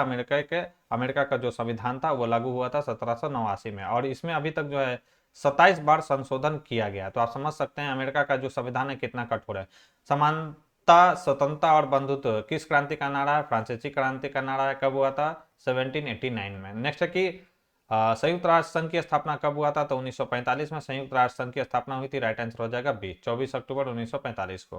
नेक्स्ट है नाजीवाद किस सिद्धांत का विरोधी था? तो याद रखना समाजवाद का विरोधी था। मुसोलिनी किसका प्रवर्तक था? तो याद रखना यह फांसीवाद का प्रवर्तक था। इसने इटली में नेशनल फासिस्ट पार्टी की स्थापना और नेतृत्व किया था। प्रथम विश्व युद्ध कितने वर्षों तक चला था? तो 4 वर्षों तक यह चला था। नेक्स्ट है कि 1974 में राजाओं के बोरबॉन परिवार के डैश फ्रांस के सिंहासन पर बैठे। याद रखना है लुई जो 16वां था वो बोरबॉन परिवार से संबंधित था, और वह जो है 1774 में फ्रांस की गद्दी पर बैठा था। नेक्स्ट है कि प्रथम विश्व युद्ध के दौरान समुद्री युद्ध के बारे में आमतौर पर कौन सा सच नहीं है? राइट आंसर हो जाएगा ब्रिटिश नौसेना ने पनडुब्बी युद्ध के अपने आक्रामक उपयोग के माध्यम से दुनिया के महासागरों पर प्रभुत्व स्थापित किया था। यह स्टेटमेंट इसमें गलत दिया गया है। चेरो जनजाति कहाँ की रहने वाली थी? तो याद रखना पलामू जिले में निवास करती है यह चेरो जनजाति। और जो है चेरो ने अंग्रेजों के शोषण करने की प्रवृत्ति के खिलाफ भूषण सिंह के नेतृत्व में 1800 ईस्वी में विद्रोह किया था, जिसे हम लोग चेरो विद्रोह के नाम से जानते हैं। और 1802 ईस्वी में क्या होता है? भूषण सिंह को फांसी दे दी जाती है। नेक्स्ट, निम्नलिखित में से कौन सा देश आमतौर पर वाणिज्यिक कृषि का अभ्यास करता है? राइट आंसर हो जाएगा यूएस है। नेक्स्ट, कि औपनिवेशिक शासन के दौरान असम में चाय बागानों की शुरुआत का आदिवासी समुदाय पर क्या प्रभाव पड़ा? तो इसका प्रभाव यही पड़ा था कि जबरन विस्थापन और श्रम शोषण उनमें बढ़ गया था। नेक्स्ट है कि मुंडा विद्रोह किस क्षेत्र में हुआ था? तो यह हुआ था छोटा नागपुर क्षेत्र, जो कि कहां पर है? राज्य के छोटा नागपुर क्षेत्र में हुआ था। याद रखना है। राइट आंसर हो जाएगा बी। और कब से कब तक चला था? तो 1899 से 1900 तक यह चला था बिरसा मुंडा के नेतृत्व में। नेक्स्ट, निम्नलिखित में से किस विद्रोह को उलगुलान के नाम से भी जाना जाता है? राइट आंसर हो जाएगा मुंडा विद्रोह को। नेक्स्ट है विश्व में तिलहन का सबसे बड़ा उत्पादक देश कौन सा है? तो यह कौन सा है? चाइना है तिलहन का सबसे बड़ा उत्पादक देश।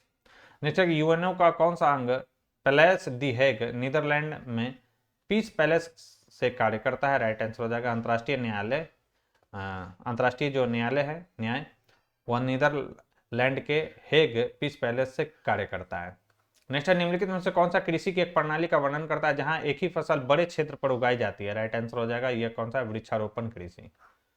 नेक्स्ट है कि सरकार द्वारा किसी फसल के समर्थन में निम्नलिखित में से किसकी घोषणा की जाती है? तो याद रखना है एमएसपी यानी मिनिमम सपोर्टिंग प्राइस, जिसे हिंदी में हम लोग न्यूनतम समर्थन मूल्य कहते हैं। राष्ट्र संघ की स्थापना कब हुआ था? तो राष्ट्र संघ की जो स्थापना हुआ था 1920 में हुआ था। कब? 10 जनवरी 1920 को। कौन सा देश लीग में शामिल नहीं हुआ? तो याद रखना यूएसए जो था लीग में शामिल नहीं हुआ था। नेक्स्ट है किसने लीग के भीतर प्रत्येक निकाय के लिए संरचना और नियम निर्धारित किए? राइट आंसर हो जाएगा संविदा। नेक्स्ट है यूरोप के मध्यम वर्ग के लिए उदारवाद की सबसे महत्वपूर्ण विशेषता थी? तो याद रखना है व्यक्तिगत स्वतंत्रता और कानून के समक्ष समानता। बड़ी संख्या के लोग नेपोलियन संहिता के प्रति शत्रु थे क्योंकि क्या था इसका? राइट आंसर होगा प्रशासनिक परिवर्तन राजनीतिक स्वतंत्रता के साथ साथ नहीं होते हैं, इसलिए जो थे बड़ी संख्या में लोग नेपोलियन संहिता के प्रति शत्रु थे। मॉन्टेग्यू चेम्सफोर्ड सुधार योजना कब पारित हुआ था? तो 1919 में। नेक्स्ट हिंद स्वराज किसके द्वारा लिखा गया? राइट आंसर हो जाएगा महात्मा गांधी जी के द्वारा। कब? 1909 में। स्वराज दल की स्थापना कब और किस वर्ष हुआ था? तो याद रखना है स्वराज दल की स्थापना हुआ था 1 जनवरी 1923 को। किसने किया था? तो चित्तरंजन दास और मोतीलाल नेहरू जी ने इसकी स्थापना की थी। चित्तरंजन दास जी को इसका अध्यक्ष बनाया गया था और सचिव किसने बनाया गया था? तो मोतीलाल नेहरू जी को।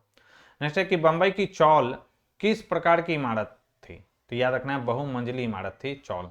जैसे कि एशियाई विकास बैंक की स्थापना कब हुई थी? तो इसकी स्थापना हुई थी दिसंबर 1966 में। और इसका मुख्यालय कहाँ पर है? तो फिलीपींस की मनीला में स्थित है। मराठा समाचार पत्र किस भाषा से संबंधित था? तो याद रखना है अंग्रेजी भाषा से यह संबंधित है।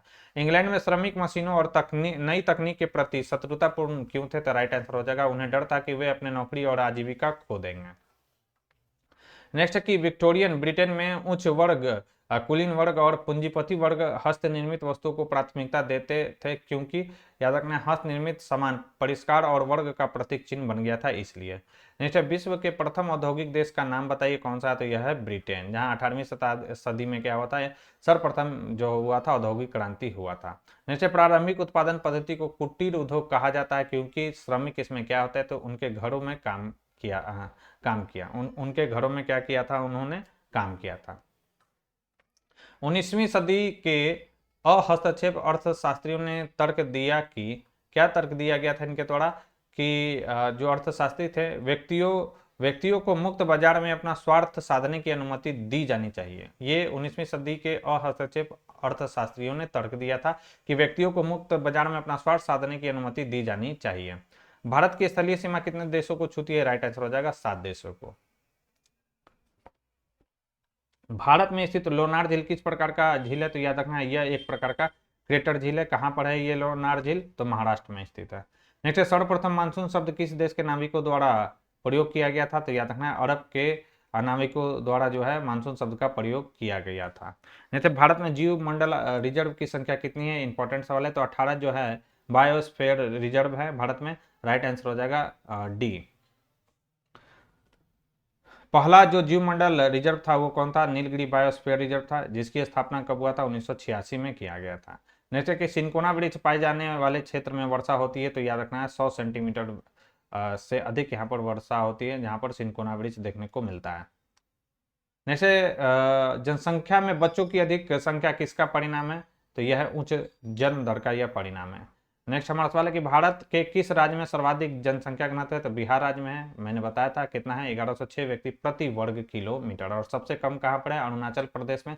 कितना है, तो 17 व्यक्ति प्रति वर्ग किलोमीटर। नेक्स्ट निम्नलिखित में से कौन भारत में विरल जनसंख्या वितरण के लिए मुख्य रूप से जिम्मेदार है, राइट आंसर हो जाएगा उबड़ खाबड़, ऊंचा वच और विपरीत जलवायु। नेक्स्ट निम्नलिखित में से कौन सी नदी अमरकंटक पठार से निकलती है, राइट आंसर हो जाएगा नर्मदा नदी जो है अमरकंटक के पठार से निकलती है।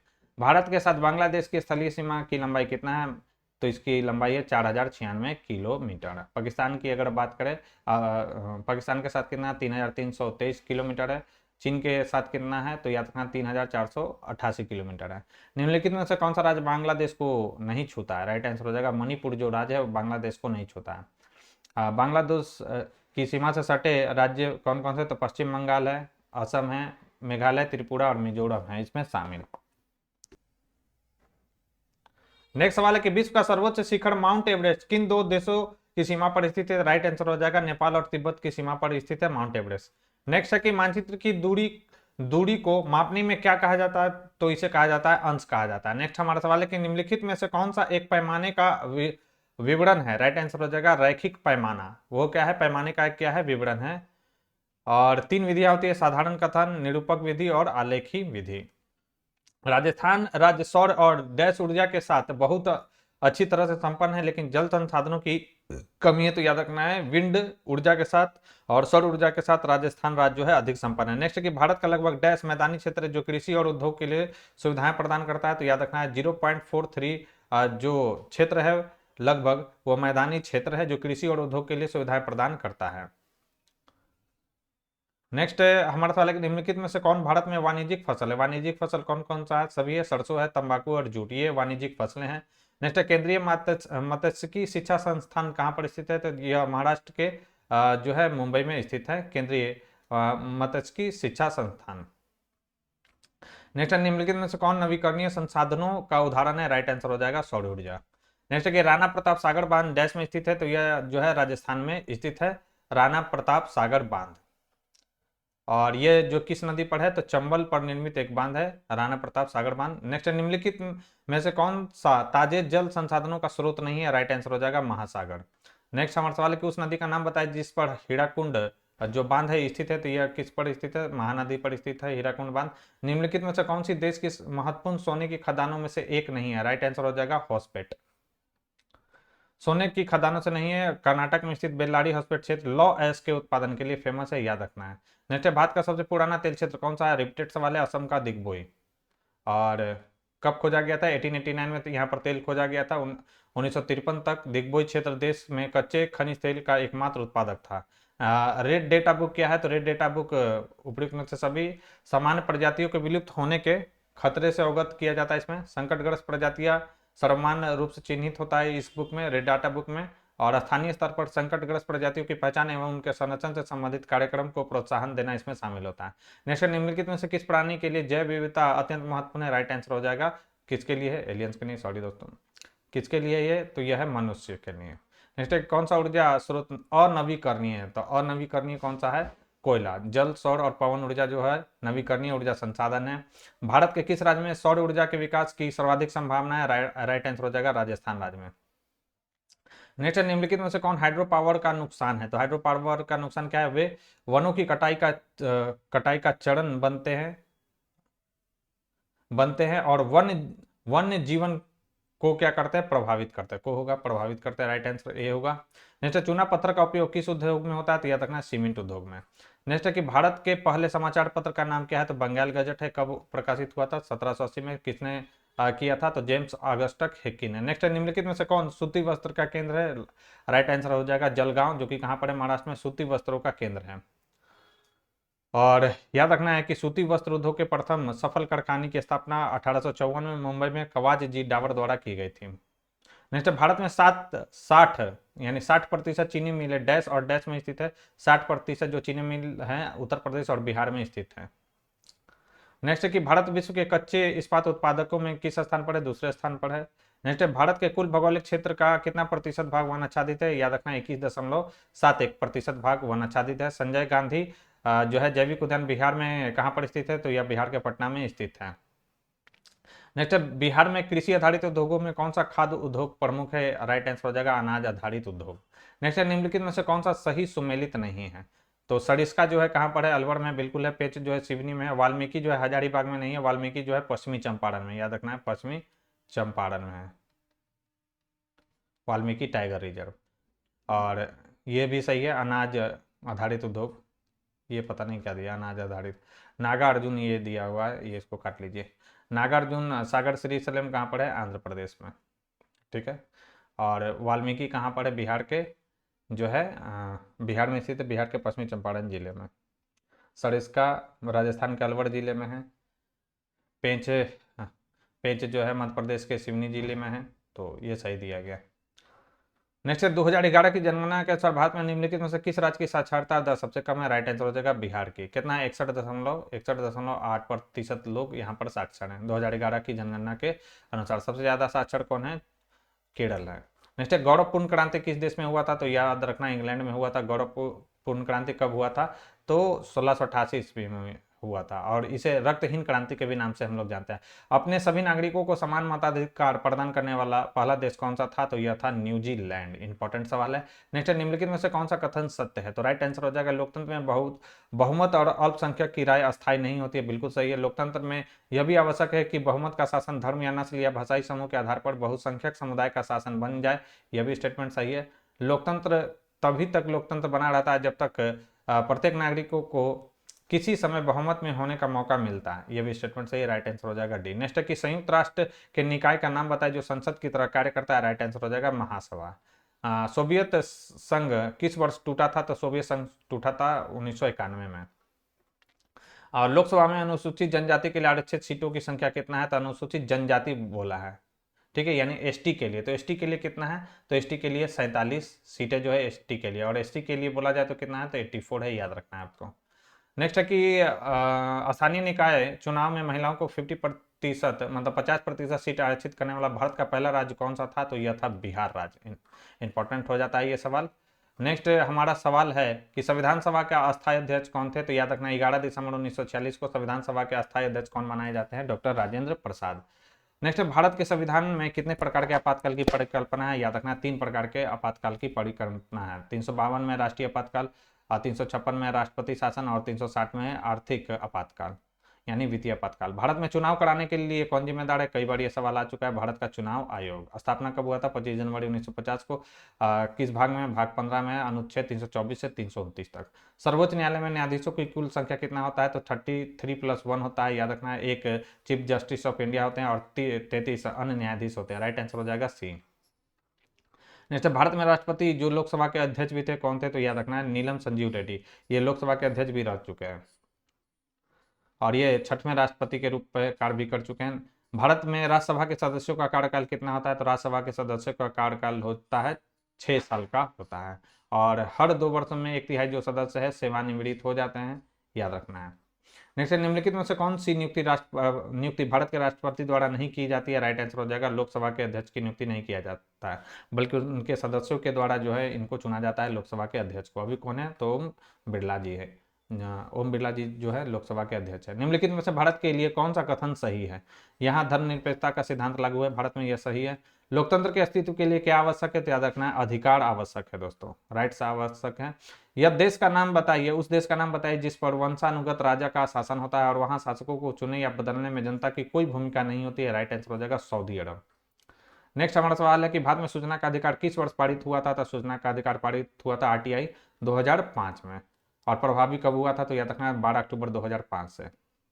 सत्ता में भागीदार का सही लाभ क्या है, तो सत्ता में भागीदार का सही लाभ है विभिन्न समुदायों के बीच टकराव में कमी।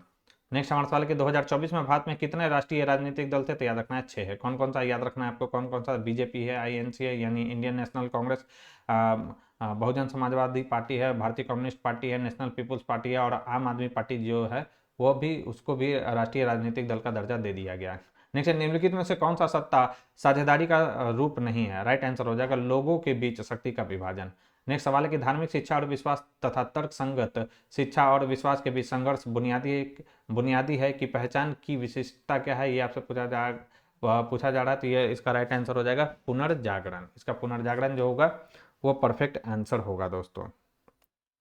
नेक्स्ट सवाल की हम बात करें तो नेक्स्ट हमारा सवाल है कि निम्नलिखित में से कौन सा लोकतंत्र के परिणामों का एक उदाहरण है जो एक जवाबदेह सरकार का निर्माण करता है, राइट आंसर हो जाएगा प्रमुख नीतियों और कानूनों पर सार्वजनिक बहस के लिए खुला। नेक्स्ट है कि जब औद्योगिक प्रक्रियाओं के स्वचालन के कारण बड़ी संख्या में श्रमिक बेरोजगार हो जाते हैं तो इस घटना को क्या कहा जाता है, इसे कहा जाता है संगठनात्मक बेरोजगारी। नेक्स्ट है कि जॉन रॉल्स के अनुसार, यह इंपॉर्टेंट क्वेश्चन है, समाज में संसाधनों को वितरित करने का सबसे तर्क संगत और उचित तरीका क्या है, राइट आंसर हो जाएगा सभी के लिए समान वितरण। और लास्ट सवाल है इस सेट का, उस देश का नाम बताइए जहां महिलाओं को वोट देने का अधिकार नहीं दिया गया, राइट आंसर हो जाएगा सऊदी अरब में। अब हम लोग दोस्तों, अब हम लोग क्या करेंगे, अब हम लोग 19/5/2024 को शिफ्ट 2 में जो सवाल पूछा गया था उसको हम लोग एक एक कर देखेंगे। उससे पहले दोस्तों जिन लोगों ने अभी तक हमारे चैनल को सब्सक्राइब नहीं किया तो सब्सक्राइब कर ले, बेल आइकन को प्रेस कर ले ताकि नई वीडियो की नोटिफिकेशन सबसे पहले आपको मिल सके। साथ ही साथ वीडियो पसंद आ रही है तो वीडियो को लाइक और अपने दोस्तों के साथ इसे शेयर करना बिल्कुल ही ना भूले। और किन्हीं को अगर ये बुक चाहिए तो उसका लिंक मैंने डिस्क्रिप्शन बॉक्स में दे दिया है, तो आप वहां से जाकर इस बुक को क्या कर सकते हैं दोस्तों, डाउनलोड कर सकते हैं। तो चलिए फर्स्ट क्वेश्चन से हम लोग शुरू करते हैं इसको।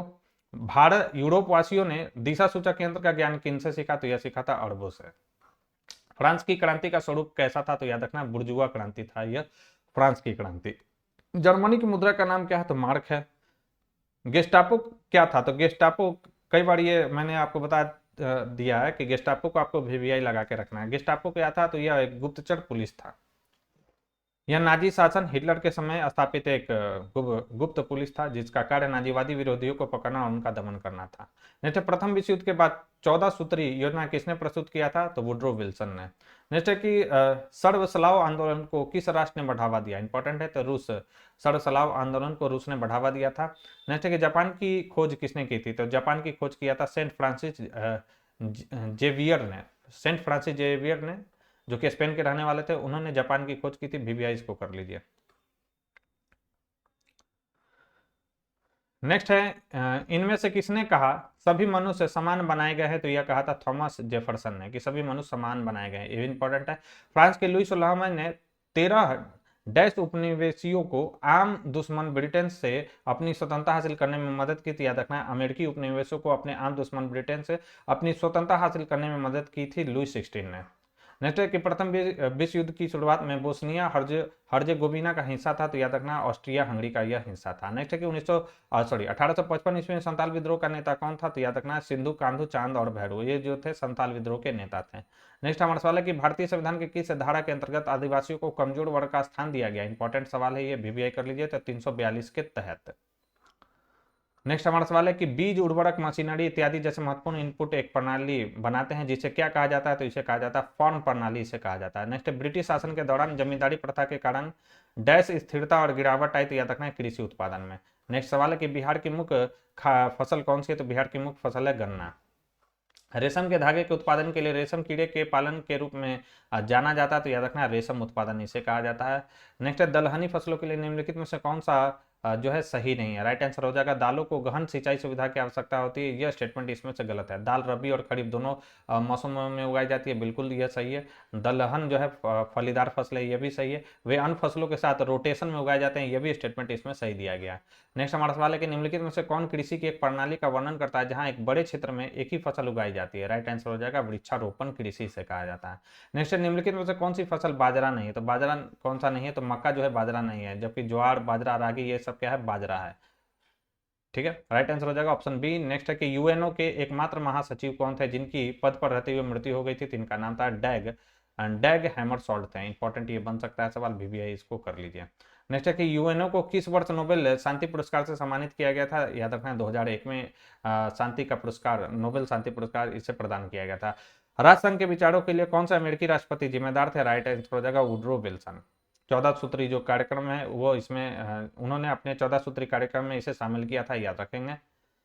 राष्ट्रसंघ के चार्टर सदस्य कितने राष्ट्र थे, राष्ट्रसंघ के चार्टर में कितने सदस्य राष्ट्र थे, इसमें याद रखना 42 थे। राष्ट्रसंघ ने किस देश को आइलैंड आइलैंड द्वीप समूह से सम्मानित किया था, राइट आंसर हो जाएगा फिनलैंड को। ब्रिटिश शासन के दौरान असहयोग आंदोलन किसने शुरू किया था, तो महात्मा गांधी जी ने। जैसे कि असहयोग आंदोलन को पूंजीवाद निरंकुशता की संज्ञा किसने दी थी, तो यह कहा था सिंगार वेलू चेटियार ने कहा था, और इसको भी आप VBI कर लीजिए दोस्तों।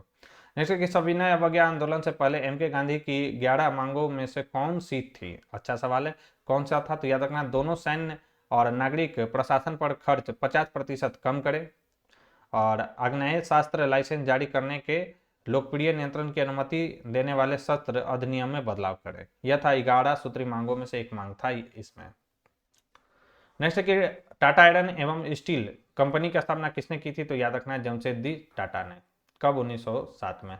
स्पिनिंग जेनिंग का आविष्कार कब हुआ था, तो यह हुआ था 1764 ईस्वी में। किसने किया था, तो जेम्स हरग्रीव्स ने इसका आविष्कार किया था। इंपॉर्टेंट है ये सवाल। लंदन में विश्व की पहली भूमिगत रेल का आरंभ कब हुआ था, तो यह हुआ था 10 जनवरी 1863 को। नेक्स्ट है कि पटना में गोलघर का निर्माण किस वर्ष किया गया था, तो याद रखना 1786 में किया गया था पटना में गोलघर का निर्माण, और इसके जो इंजीनियर थे उनका नाम है कैप्टन जॉन गॉस्टिन थे। ये भी इंपॉर्टेंट सवाल है, याद रखेंगे। अलेक्जेंड्रिया किस सागर के मुहाने पर बसा हुआ था, तो याद रखना है भूमध्य सागर के जो मुहाने पर बसा हुआ था अलेक्जेंड्रिया नामक शहर। नेक्स्ट है कि गुमास्तों और बुनकरों के बीच अक्सर झड़पें क्यों होती थी, तो इनके बीच झड़पें होती थी, गुमास्ता ने बुनकरों को निर्धारित कीमत पर सामान बेचने के लिए मजबूर किया था, इसलिए झड़पें होती थी। नेक्स्ट है कि बुनकरों को कच्चे कपास की समस्या क्यों झेलनी पड़ी, तो याद रखना है कच्चे कपास के निर्यात में वृद्धि के कारण बुनकरों को जो है कच्चे कपास की समस्या को झेलनी पड़ी थी दोस्तों। नेक्स्ट हमारा सवाल है कि निम्नलिखित में से किसने भारत में पहला समाचार पत्र प्रकाशित किया, कई बार यह सवाल आ चुका है। जेम्स ऑगस्टस हिकी ने 1780 में, इसका नाम क्या था, बंगाल गजट। नेक्स्ट है कि भारत में वन्य जीव संरक्षण अधिनियम कब से लागू किया गया था, तो यह लागू किया गया था वन्य जीव संरक्षण अधिनियम कब लागू किया गया था, तो 1972 में। नेक्स्ट है कि निम्नलिखित में से भारत के किस राज्य में कुल क्षेत्रफल का सबसे कम प्रतिशत वन क्षेत्र है, राइट आंसर हो जाएगा हरियाणा में। नेक्स्ट हमारा सवाल है कि सर्वाधिक कम जनसंख्या भारत के किस राज्य की है, तो याद रखना है सिक्किम राज्य की है। नेक्स्ट है कि किस वर्ष को जनसांख्यिकीय विभाजक वर्ष के रूप में जाना जाता है, VBI कर लीजिए। 1921 को जनसांख्यिकी विभाजक वर्ष के रूप में जाना जाता है, इसको VBI कर लीजिए दोस्तों। नेक्स्ट हमारा सवाल है कि जनसंख्या की दृष्टि से विश्व में भारत का कौन सा स्थान है, तो विश्व में भारत का स्थान कौन सा है, सभी को मालूम होगा। अब जो है भारत का स्थान कौन सा है, पहला है। नेक्स्ट है कि कावेरी नदी भारत के किन राज्यों से होकर बहती है, अच्छा सवाल है, तो तमिलनाडु और कर्नाटक के बीच होकर बहती है कावेरी नदी। और कावेरी नदी की बात करें तो कर्नाटक के कोगाडू जिले में ब्रह्मगिरी पहाड़ी से निकलती है। इसकी लंबाई 800 किलोमीटर है। इस नदी द्रोण का 3% भाग केरल में, और कहाँ पर देख लेते हैं, 41% भाग कर्नाटक और 56% भाग जो है तमिलनाडु में पड़ता है, यानी 3 राज्यों से होकर ये बहती है।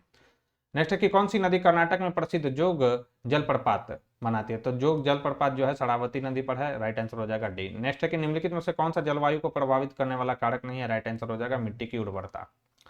नेक्स्ट जो सवाल है, निम्नलिखित में से कौन सा वन जीवन के लिए खतरा नहीं है? राइट आंसर हो जाएगा संरक्षण के प्रयास। नेक्स्ट सवाल है कि भूटान के क्षेत्रफल का कितना प्रतिशत वन आच्छादित है? राइट आंसर हो जाएगा 70% जो भाग है वो वन आच्छादित है दोस्तों। नेक्स्ट है धुएं और कोहरे का सम्मिलित रूप कहलाता है, तो यह कहलाता है धुंध कहलाता है। ये पाक जल डमरू मध्य भारत और किसके बीच है? तो भारत और श्रीलंका के बीच है। किसी पैमाने की सर्वाधिक स्वीकृति लंबाई 6 इंच या होती है, तो 6 इंच या 15 सेंटीमीटर तक होती है। नेक्स्ट है कि भारत में हरित क्रांति के कारण भूमि उपयोग पैटर्न में बदलाव आया। राइट आंसर हो जाएगा कृषि पद्धति को गहन बनाने में यह जो है बदलाव देखा गया। नेक्स्ट है कि डैश भारत के कुल सतह क्षेत्र का लगभग 30% है। राइट आंसर हो जाएगा पर्वत जो है भारत के कुल सतह का लगभग 30% है। और भी देखते हैं मैदान कितना है? 43% भूभाग पर है और 27% भाग पर क्या है? पठार का विस्तार है। VBI सारे पॉइंट है, याद रखना है आपको। निम्नलिखित में से कौन सा सतत विकास का सिद्धांत है? राइट आंसर हो जाएगा संसाधनों के उपयोग और संरक्षण के बीच जो संतुलन है वह सतत विकास का सिद्धांत है। नेक्स्ट सवाल है, निम्नलिखित में से कौन सा मानव संसाधन का उदाहरण है? राइट आंसर हो जाएगा लोग। नेक्स्ट है कि आमतौर पर लोगों की संख्या और क्षमता को कहा जाता है, तो आमतौर पर लोगों की संख्या और क्षमता को कहा जाता है मानव संसाधन कहा जाता है। नेक्स्ट है हमारा भारत डैश के बाद दुनिया में चावल का दूसरा सबसे बड़ा उत्पादक देश है, तो याद रखना चीन के बाद चावल का दूसरा सबसे बड़ा उत्पादक देश कौन सा है? तो अपना प्यारा देश भारत है। नेक्स्ट है कि भारत में ताजे पानी का प्रमुख स्रोत कौन सा है? तो भूजल है। नेक्स्ट है निम्नलिखित में से कौन पानी की कमी के कारण नहीं है? तो पानी की कमी के कारण इनमें से कोई नहीं। अति दोहन, अत्यधिक उपयोग और बढ़ती आबादी, ये सब पानी की कमी के कारण होता है। ठीक है, पानी की कमी को बढ़ाने में ये सब मदद करता है, तो इसका राइट आंसर हो जाएगा इनमें से कोई नहीं। नेक्स्ट है कि कुद्रेमुख कहाँ पर है? कर्नाटक में एक महत्वपूर्ण लौह अयस्क खदान है दोस्तों। नेक्स्ट सवाल है कि आज भारत में अपन बिजली का योगदान कुल उत्पादित बिजली का लगभग कितना प्रतिशत है? तो याद रखना है यह है 22%। राइट आंसर हो जाएगा ऑप्शन सी।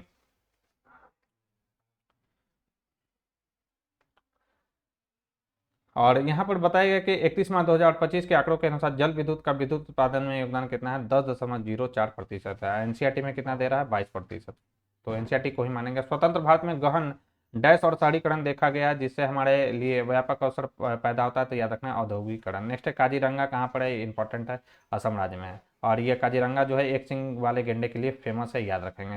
नेक्स्ट है निम्नलिखित में से किस राज्य में अस्थायी वनों के अंतर्गत सबसे बड़ा क्षेत्र है? राइट आंसर हो जाएगा मध्य प्रदेश में। नेक्स्ट है भारत में पहला जल विद्युत संयंत्र कहाँ लगाया गया था? तो यह लगाया गया था जल विद्युत संयंत्र दार्जिलिंग में लगाया गया था। पश्चिम बंगाल के दार्जिलिंग में पहला जल विद्युत संयंत्र लगाया गया था। इसके बाद दूसरा जल विद्युत संयंत्र जो है शिव समुद्रम के निकट कावेरी नदी पर कोलार की सोने की खानों को बिजली देने के लिए लगाया गया था। तीसरा जो है केंद्र जो है झेलम नदी पर मोहड़ा के निकट स्थापित किया गया था। नेक्स्ट है निम्नलिखित में से कौन प्राथमिक संसाधन का प्रकार नहीं है? राइट आंसर हो जाएगा हाइड्रोजन ऊर्जा।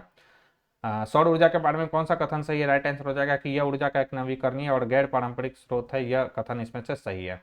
नेक्स्ट है कि सेज एक्ट बनने से पूर्व देश कितने विशेष आर्थिक क्षेत्र में विकसित था? राइट आंसर हो जाएगा 7 विशेष आर्थिक क्षेत्र में जो था विकसित था। सेज एक्ट भारत में 2005 से प्रभावी हुआ था। और इससे पहले कितना क्षेत्र में था विशेष आर्थिक क्षेत्र? 7 था। अब कि भारत में 7 केंद्र सरकार के विशेष आर्थिक क्षेत्र और 12 राज्य जो है निजी क्षेत्र सेज के थे। नेक्स्ट है असम बरौनी कानपुर पाइपलाइन से किस तरह के पदार्थ का परिवहन होता है? राइट आंसर हो जाएगा पेट्रोलियम उत्पाद का। नेक्स्ट है कि पहली जूट मिल 1855 में डैश के पास स्थित रिसरा में स्थापित की गई थी। इंपॉर्टेंट सवाल है, तो कोलकाता के पास स्थित रिसरा में स्थापित किया गया था पहला जूट मिल। कहां पर? 1855 में। नेक्स्ट है हमारा कि डैश रोजगार सृजन के मामले में भारत का दूसरा सबसे बड़ा उद्योग है। राइट आंसर हो जाएगा कपड़ा उद्योग।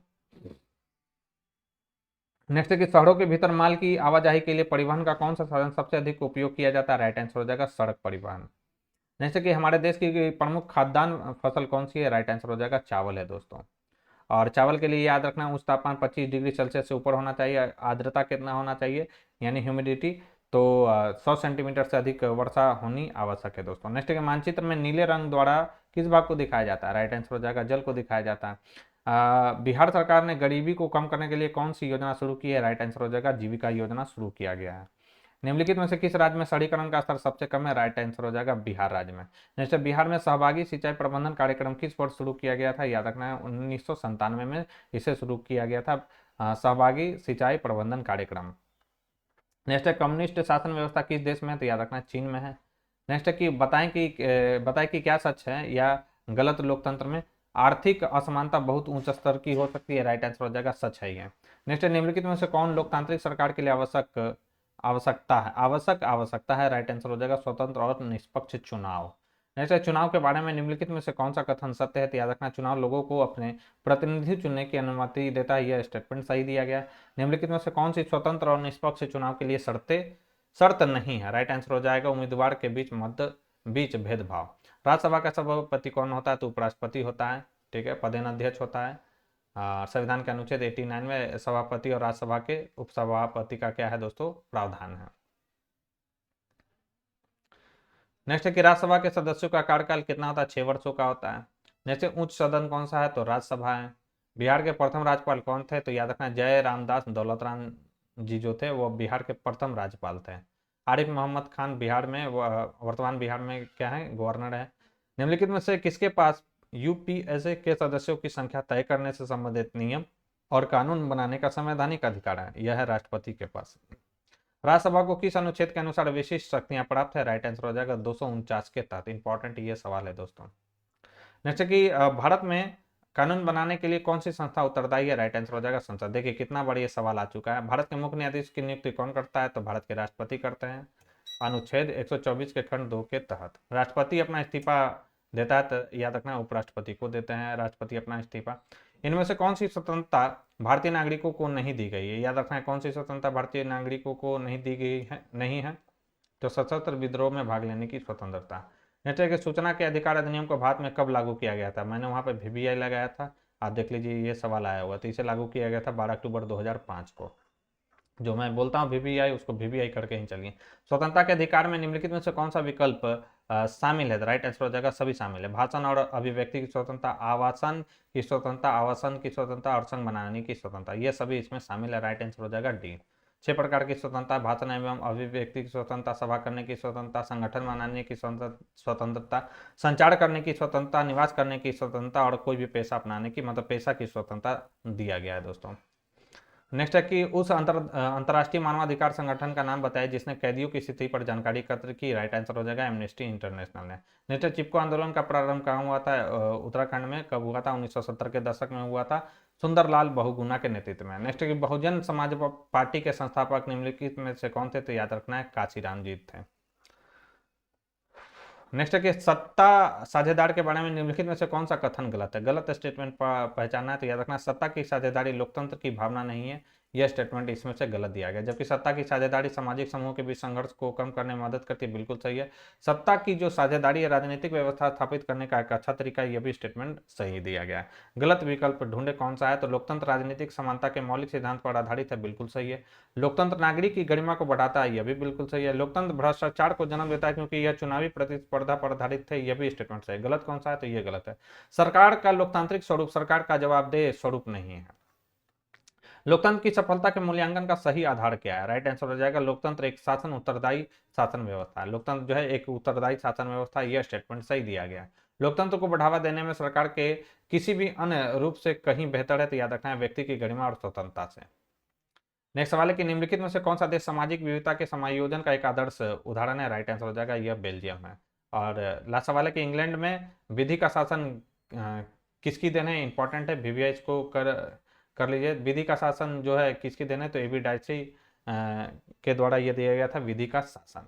तो इसमें हम लोगों ने दोस्तों 19/5/2024 को शिफ्ट 2 में जो पेपर पूछा गया था उसको हम लोगों ने कवर कर लिया। अब हम लोग 18/5/2024 को शिफ्ट 1 में सोशल साइंस से रिलेटेड जो पेपर 1 में सवाल पूछा गया था उसको हम लोग देखेंगे। तो आइए देखते हैं सवाल। सवाल है कि अब्दुल मजीद कहाँ का व्यापारी था, तो यह जो था भारत का व्यापारी था अब्दुल मजीद।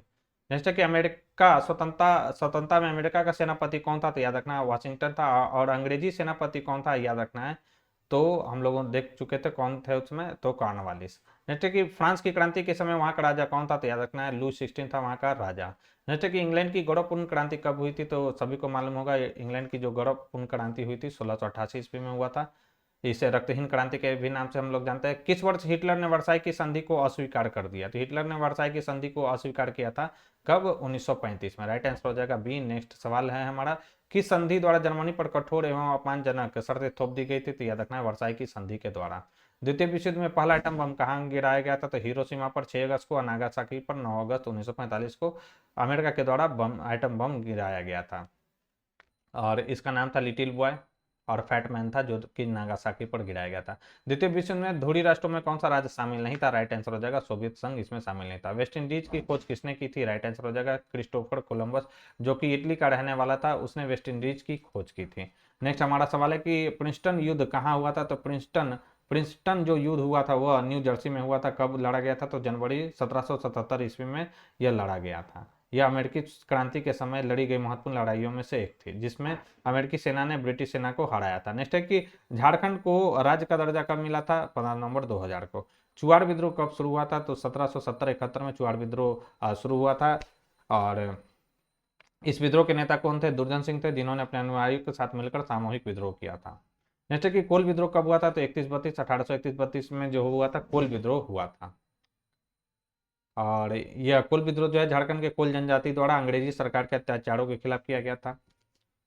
नेक्स्ट है कि इनमें से कौन सा बाजरा है? तो बाजरा कौन सा है? तो याद रखना एक से ज्यादा विकल्प सही, यानी ज्वार रागी। देखिए पिछले सेट में भी ये सवाल आया था और इसमें भी पूछा गया, तो मक्का, ज्वार, रागी ये सब क्या है? बाजरा है।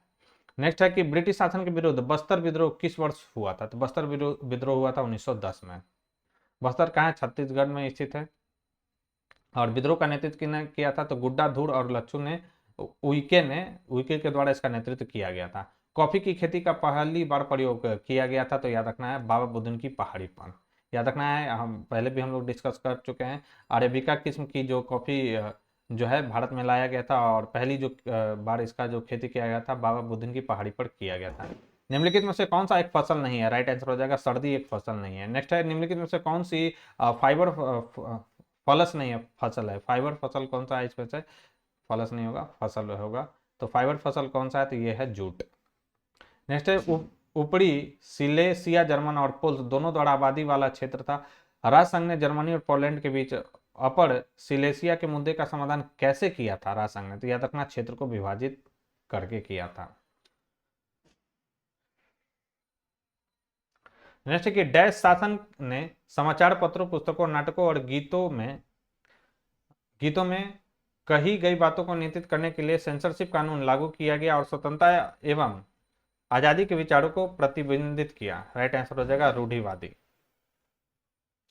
नेक्स्ट है निम्नलिखित में से कौन सी रबी फसल है? तो रबी फसल कौन सा है? तो चना जो है रबी फसल है। नेक्स्ट है कि निम्नलिखित को कालानुक्रमिक क्रम में व्यवस्थित करें और सही विकल्प का चयन करें। तो कौन सा हो जाएगा? सबसे पहले हो जाएगा हमारा नेपोलियन युद्ध, और उसके वियना की संधि, स्वतंत्रता के लिए यूनानी संघर्ष, और ऑटोमन साम्राज्य में स्लाव राष्ट्रवाद। ये सही क्रम होगा। नेपोलियन का युद्ध 1803 से 1815 तक चला था। वियना की संधि 1815 में हुआ था। स्वतंत्रता के लिए यूनानी संघर्ष हुआ था 1821 से 1829 तक यह हुआ था। ऑटोमन साम्राज्य में स्लाव राष्ट्रवाद कब उदय हुआ था? तो 1830 से 1840। इंपॉर्टेंट है, ये याद रखेंगे। नेक्स्ट निम्नलिखित में से किसे संयुक्त इटली का पहला राजा घोषित किया गया था? राइट आंसर हो जाएगा विक्टर एम्यूनल टू को। ये भी वीवीआई है। कब किया गया था? 1861 में। नेक्स्ट है रूसी क्रांति के दौरान बोल्शेविक पार्टी के नेता कौन थे? याद रखना व्लादिमीर लेनिन थे। नेक्स्ट की रॉलेट कानून किस उद्देश्य से लाया गया था? तो याद रखना क्रांतिकारी गतिविधियों पर अंकुश लगाने के लिए 1919 में रॉलेट एक्ट अधिनियम पारित किया गया था। नेक्स्ट सीमांत गांधी किन्हें कहा जाता है? खान अब्दुल गफ्फार खान को। और 1929 में खुदाई खिदमतगार नामक संगठन की स्थापना किया गया था खान अब्दुल गफ्फार खान के द्वारा। अल्लूरी सीतारमन राजू कौन थे? तो याद रखना आंध्र प्रदेश के आदिवासी नेता थे अल्लूरी सीतारमन राजू। इंपॉर्टेंट है दोस्तों, और इन्होंने रंपा विद्रोह का नेतृत्व किया था, तो ये भी पॉइंट आप ध्यान में रख सकते हैं। इंग्लैंड में चार्टिस्ट आंदोलन कब हुआ था? तो यह हुआ था चार्टिस्ट आंदोलन 1838 में। नेक्स्ट सवाल है कि तारीखें दाऊदी नामक पुस्तक के लेखक कौन है? वीवीआई इसको कर लीजिए। तारीखें दाऊदी नामक पुस्तक के लेखक कौन है? तो यह है अब्दुल्ला। नेक्स्ट सवाल है कि भारत में पहली बार कब और कहां धुआं निरोधक कानून पारित किया गया था? राइट आंसर हो जाएगा कलकत्ता में 1863 में जो है दोस्तों पहली बार धुआं निरोधक कानून पारित किया गया था। नेक्स्ट है कि ओटावा सम्मेलन किस वर्ष हुआ था? तो यह हुआ था 1932 में। हिंदुस्तान रिव्यू को अंग्रेजी मासिक के रूप में किसने प्रकाशित किया था? तो याद रखना डॉक्टर सच्चिदानंद सिन्हा ने। हिंदुस्तान रिव्यू इंपॉर्टेंट है। नेक्स्ट है वर्नाक्यूलर प्रेस एक्ट किस वर्ष किस वायसराय के समय पारित हुआ था? तो याद रखना लॉर्ड लिटन के समय पारित हुआ था 1878 में, और 1882 में इसको समाप्त कर दिया गया था लॉर्ड रिपन के कार्यकाल में। नेक्स्ट है कि निम्नलिखित में से किस व्यापार से शुरुआती उद्यमियों ने खूब पैसा कमाया? राइट आंसर हो जाएगा चीनी व्यापार से। नेक्स्ट सवाल है कि व्यापारी शहरों के भीतर उत्पादन का विस्तार क्यों नहीं कर सके? राइट आंसर हो जाएगा शक्तिशाली संघों ने उन्हें ऐसा करने की अनुमति नहीं दी थी, इसलिए। नेक्स्ट है कि मैकमोहन रेखा भारत और चीन के बीच आई है और शिमला समझौते पर यह हस्ताक्षर किया गया था कब? 1913-14 में। नेक्स्ट है कि गिलगित गॉर्ज किस नदी पर स्थित है? तो याद रखना है सिंधु नदी पर स्थित है गिलगित गॉर्ज। नेक्स्ट है कि गंगा नदी की लंबाई कितना है? तो 25-25 किलोमीटर, याद रखना है। नेक्स्ट निम्नलिखित में से किस नदी का उद्गम अमरकंटक से नहीं है? तो अमरकंटक से किसका नहीं है? याद रखना है तापी। तापी नदी का उद्गम जो है अमरकंटक से नहीं है, जबकि नर्मदा, सोन और जोहिला नदी का जो उद्गम केंद्र है वो अमरकंटक है। ताप्ती नदी कहाँ से निकलता है? यह मध्य प्रदेश के बैतूल जिले में मुल्ताई से निकलती है। नर्मदा, सोन, जोहिला नदी का उद्गम क्षेत्र कहाँ है? अमरकंटक है। निम्नलिखित में से कौन सा वृक्ष उष्ण कटिबंधीय सदाबहार वन से संबंधित है? स्टार लगा हुआ है, आइए देख लेते हैं।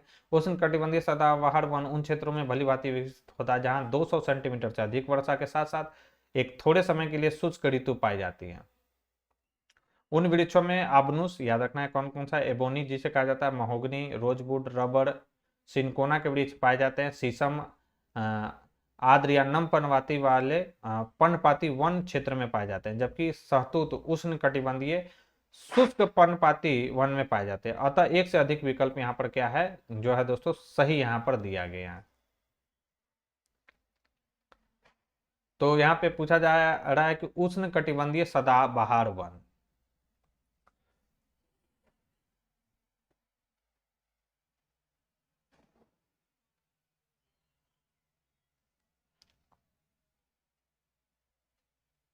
महोगनी, सिनको,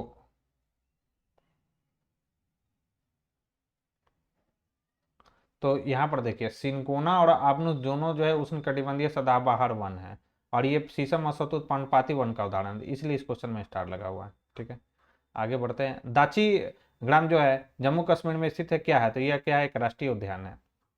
नेक्स्ट, निम्नलिखित में से कौन दक्षिण भारत की प्रमुख नदी प्रणाली नहीं है? राइट आंसर हो जाएगा ताप्ती। नेक्स्ट, निम्नलिखित में से कौन पर्णपाती वनों की विशेषता? राइट आंसर हो जाएगा पेड़ एक विशेष मौसम के दौरान अपने पत्ते गिरा देते हैं, यह पर्णपाती वनों की विशेषता है।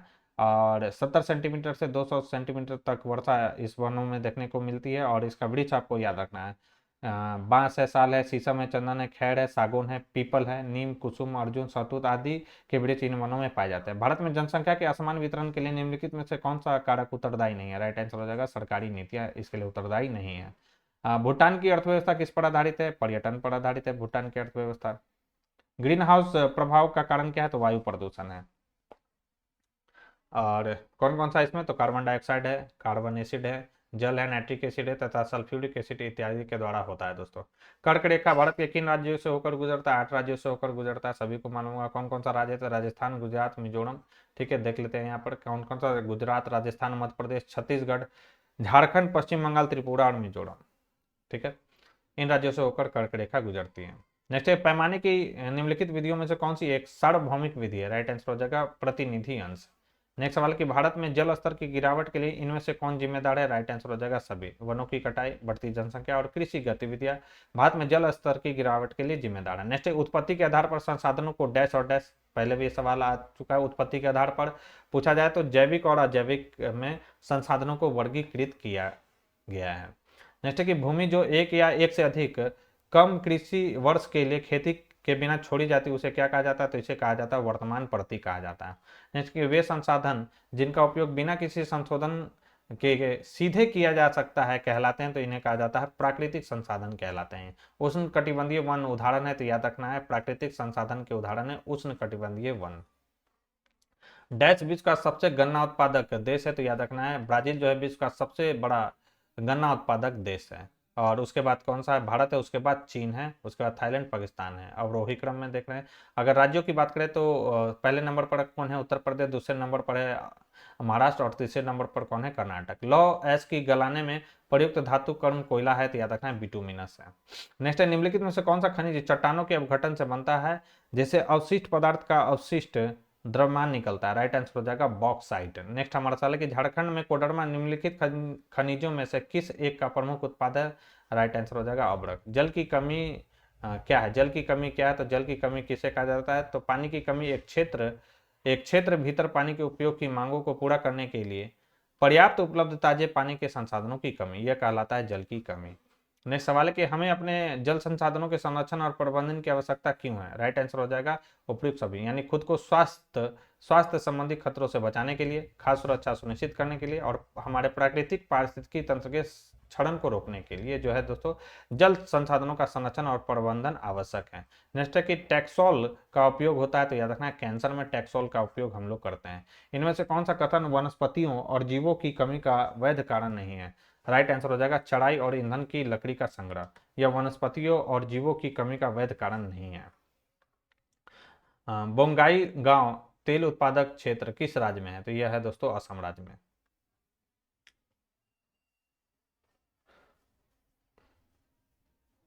जैसे कि भारत का प्रथम तेल शोधक कारखाना कई बार आ चुका है, असम का दिग्बोई में है।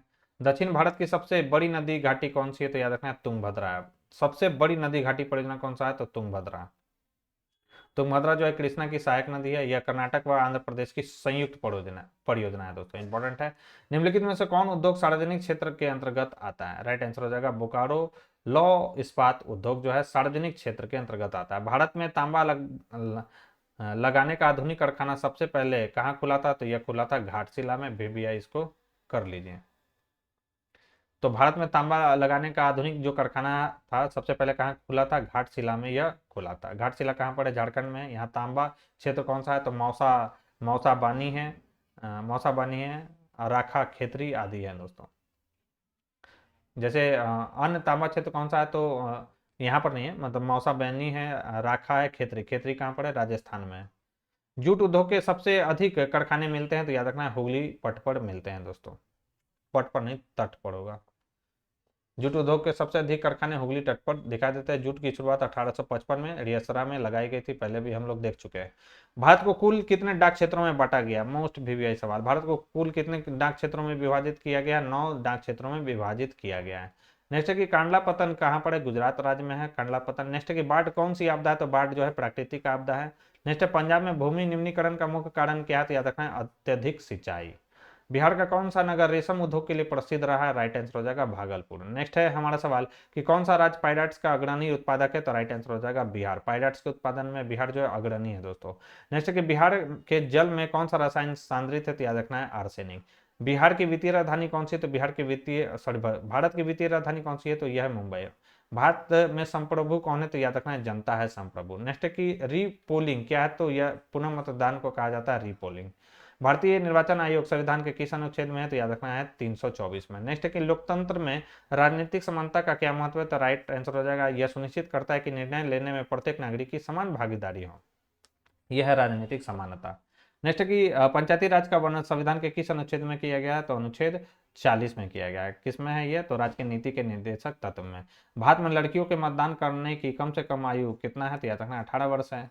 बिहार विधानसभा में कितने निर्वाचन क्षेत्र है, याद रखना 343। नेक्स्ट हमारा सवाल है कि संविधान के किस अनुच्छेद के तहत भारत के किसी राज्य पर राष्ट्रपति शासन लागू किया जाता है, राइट आंसर हो जाएगा 356 के तहत। नेक्स्ट निम्नलिखित में से कौन लोकतांत्रिक चुनाव की एक अनिवार्य विशेषता, राइट आंसर हो जाएगा सक्रिय नागरिक भागीदार। राजनीतिक कार्यपालिका में सर्वोच्च पद होता है, तो याद रखना है कौन होता है, तो यह होता है राष्ट्रपति। नेक्स्ट है विधानसभा का नेता कौन होता है, तो विधानसभा का नेता होता है मुख्यमंत्री। नेक्स्ट है हमारा सवाल है कि बिहार में राज्यपाल विधान परिषद के कितने सदस्यों को मनोनीत करता है, तो 1/6 सदस्यों को जो है दोस्तों नॉमिनेट करता है। नेक्स्ट है जिन्हें किनका ज्ञान हो, तो साहित्य कला सहकारी आंदोलन और समाज सेवा क्षेत्र में जिन्होंने विशेष योगदान अपना दिया है, तो वैसे लोगों को जो राज्यपाल है नॉमिनेट करते हैं। मंत्री परिषद सामूहिक रूप से किसके लिए जिम्मेदार होता है, तो याद रखना है किसके प्रति जिम्मेदार होता है, तो मंत्री परिषद जो है सामूहिक रूप से लोकसभा के प्रति उत्तरदायी होता है, लेकिन यहाँ पर राइट आंसर दिया है प्रधानमंत्री। नेक्स्ट है संपत्ति के अधिकार को मौलिक अधिकार की सूची से कब हटाया गया था, तो 1978 में 44वें संविधान संशोधन के माध्यम से।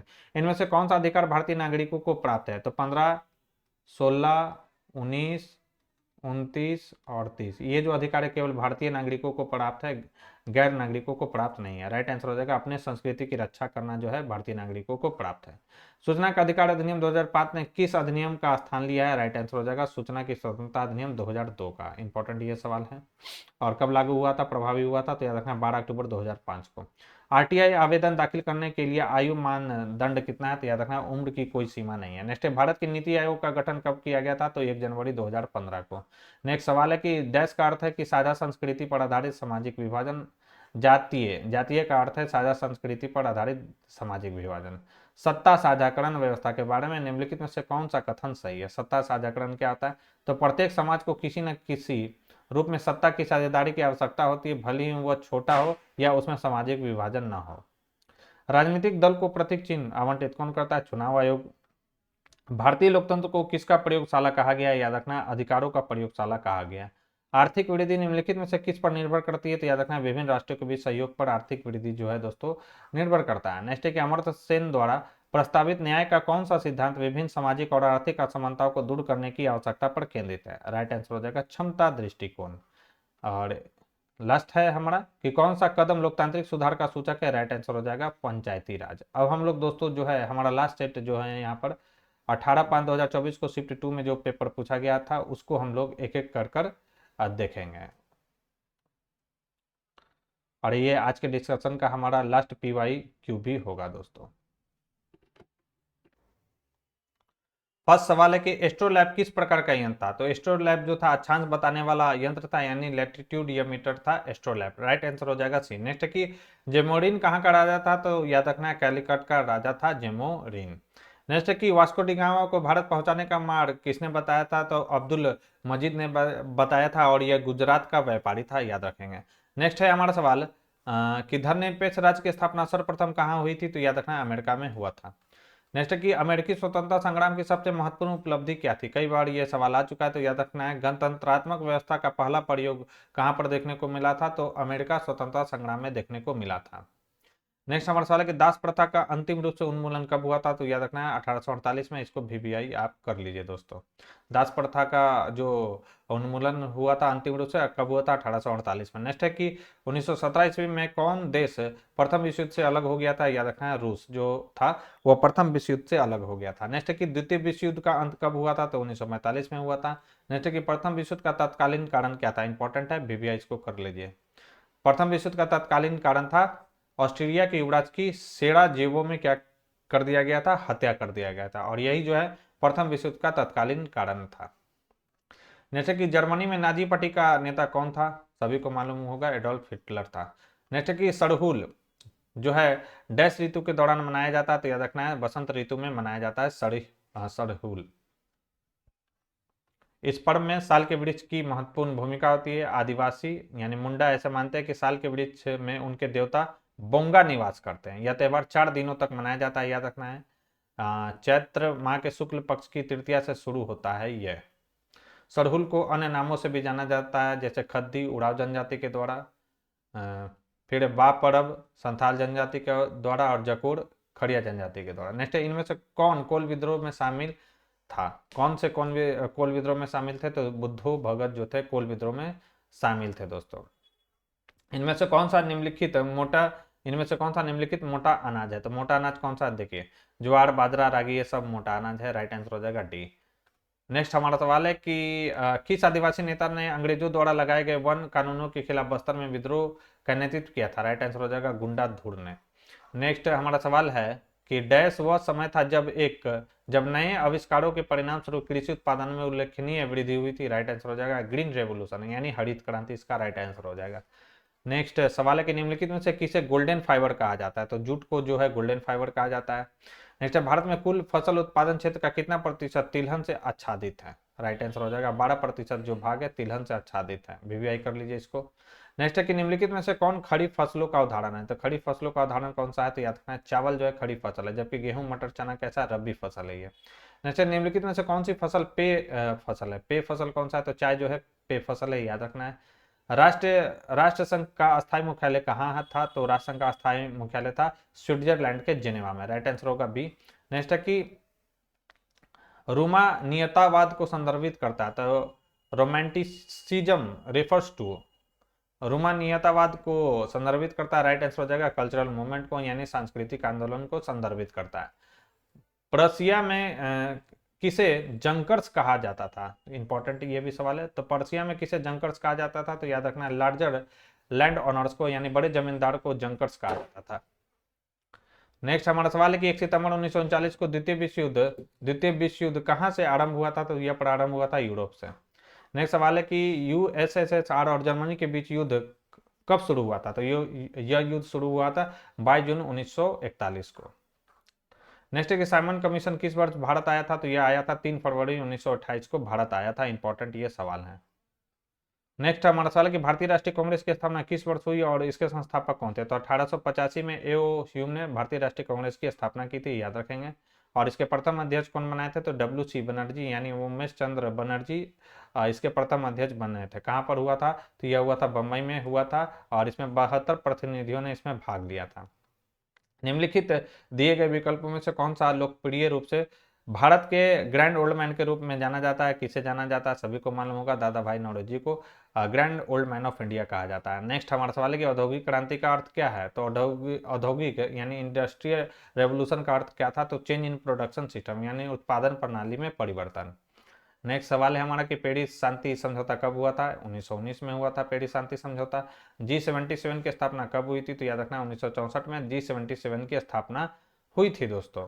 नेक्स्ट हमारा सवाल है कि IMF का मुख्यालय कहाँ पर है, यानी इंटरनेशनल मॉनेटरी फंड का जो मुख्यालय है वाशिंगटन DC में स्थित है, राइट आंसर हो जाएगा बी। और इसकी स्थापना कब होता है, जुलाई 1944 में। यूरोप में कागज बनाने का पहला कारखाना कहाँ खोला गया था, तो यह खोला गया था जर्मनी में।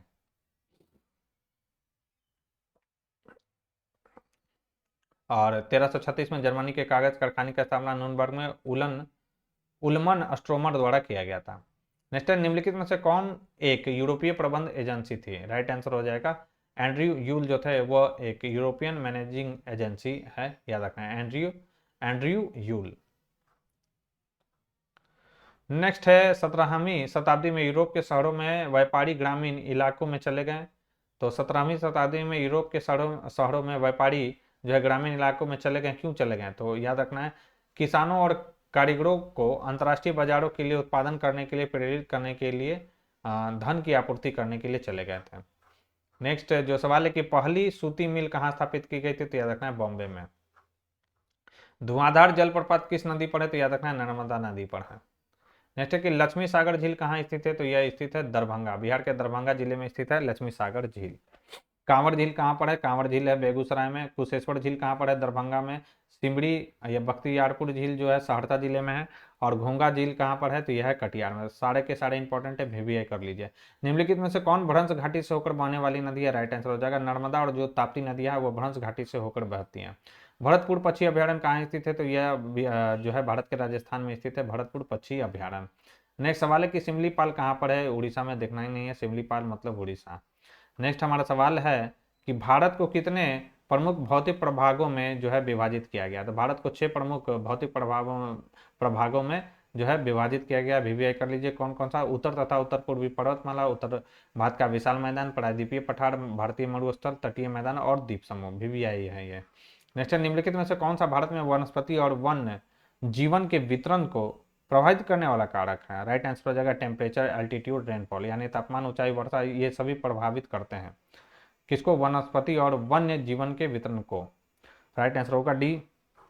निम्नलिखित में से कौन जनसंख्या के वितरण को प्रभावित करने वाला प्रमुख कारक नहीं है, राइट आंसर हो जाएगा पॉलिटी यानी राज्य व्यवस्था जो है जनसंख्या के वितरण को प्रभावित करने वाला कारक नहीं है। जबकि जलवायु, भू आकृतियां और सामाजिक कारक ये जो है जनसंख्या के वितरण को प्रभावित करने वाले कारक हैं। नेक्स्ट है कि प्रति वर्ग किलोमीटर व्यक्तियों की औसत संख्या को संदर्भित करने के लिए निम्नलिखित में से शब्द का उपयोग किया जाता है, राइट आंसर हो जाएगा पॉपुलेशन डेंसिटी यानी जनसंख्या घनत्व का। नेक्स्ट सवाल है हमारा कि गंडक नदी को नेपाल में किस नाम से जाना जाता है, राइट आंसर हो जाएगा इसे नारायणी कहा जाता है। इंपॉर्टेंट ये क्वेश्चन है ये दोस्तों।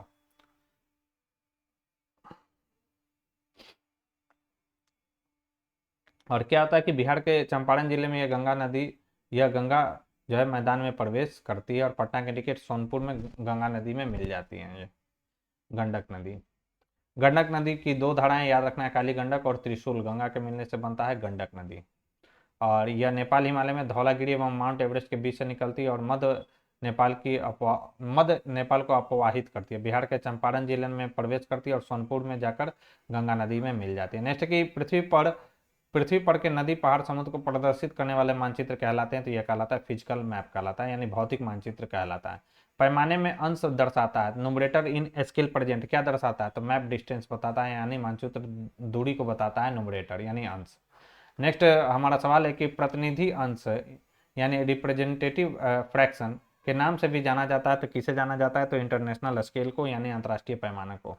नेक्स्ट सवाल है कि सादा पैमाना के नाम से भी जाना जाता है, तो याद रखना है ग्राफिकल स्केल को सादा पैमाना के भी नाम से जाना जाता है। नेक्स्ट है कि खनिज और जीवाश्म ईंधन गैर नवीकरणीय संसाधनों के उदाहरण है जो उनके गठन के लिए डैश लेते हैं, तो याद रखना है मिलियन ऑफ ईयर्स यानी लाखों वर्ष लेते हैं दोस्तों गठन के लिए। नेक्स्ट है कि जून 1992 में पहले अंतर्राष्ट्रीय पृथ्वी सम्मेलन ब्राजील के रियो डी जेनेरियो में 100 से अधिक राष्ट्राध्यक्ष यहाँ पर मिले थे, पृथ्वी यह सम्मेलन था, याद रखना है। नेक्स्ट है कि निम्नलिखित में से किस एक को भारत में वैश्वीकरण के कारण सबसे कम लाभ हुआ, राइट आंसर हो जाएगा एग्रीकल्चर जो सेक्टर था ग्लोबलाइजेशन के दौर में इसे जो है दोस्तों वैश्वीकरण के कारण इसको सबसे कम लाभ हुआ था। नेक्स्ट है कि वैश्वीकरण की नीति से किस क्षेत्र को लाभ नहीं हुआ था, राइट आंसर हो जाएगा एग्रीकल्चर सेक्टर को, मतलब दो क्वेश्चन एक ही बार पूछ दिया दोनों, एक 52 में एक 53 में। नेक्स्ट है कि जब प्राकृतिक पदार्थ रूप बदलकर संसाधन बन जाते हैं तो वे कहलाते हैं, तो याद रखना है ह्यूमन मेड रिसोर्सेज यानी मानव निर्मित संसाधन कहलाते हैं। नेक्स्ट है हमारा सवाल है कि नर्मदा बचाओ आंदोलन संबंधित है, तो सरदार सरोवर बांध से संबंधित है नर्मदा बचाओ आंदोलन। नेक्स्ट हमारा क्वेश्चन है कि खनिजों को संरक्षित करने की आवश्यकता क्यों है, क्यों खनिजों को संरक्षित किया जाता है, राइट आंसर हो जाएगा इसका क्या कि वे तेजी से घट रही हैं इसलिए, और क्या हो जाएगा देश के औद्योगिक विकास के लिए इनकी आवश्यकता होती है इसलिए। 2 और 3 इसका राइट आंसर हो जाएगा बी। नेक्स्ट है कि प्लेसर जमा के संबंध में निम्नलिखित में से कौन सा कथन गलत, कौन सा कथन इसमें से गलत है प्लेसर जमा के बारे में, तो कौन सा कथन गलत है, तो याद रखना है कि पानी से इनका क्षरण होता है यह गलत है, और वे समुद्र तल में पाए जाते हैं यह भी गलत है, ये जलोढ़ निक्षेपों के द्वारा के रूप में पाए जाते हैं यह सही है, और वे घाटी के तल की रेत और पहाड़ियों के आधार में पाए जाते हैं यह भी स्टेटमेंट सही दिया गया है। नेक्स्ट है कि हजीरा विजयपुर जगदीशपुर पाइपलाइन इन राज्यों से नहीं गुजरता है, इंपॉर्टेंट है, पहले भी मैं आपको लगा चुका हूं, तो महाराष्ट्र राज्य से होकर नहीं गुजरता, जबकि उत्तर प्रदेश गुजरात और मध्य प्रदेश से होकर गुजरता है। कितना किलोमीटर लंबा है 1750। काकड़ापाड़ा कहाँ पर है, तो काकड़ापाड़ा जो है गुजरात में है, परमाणु ऊर्जा स्टेशन है काकड़ापाड़ा में, तो काकड़ापाड़ा परमाणु ऊर्जा स्टेशन किस राज्य में, गुजरात राज्य में है।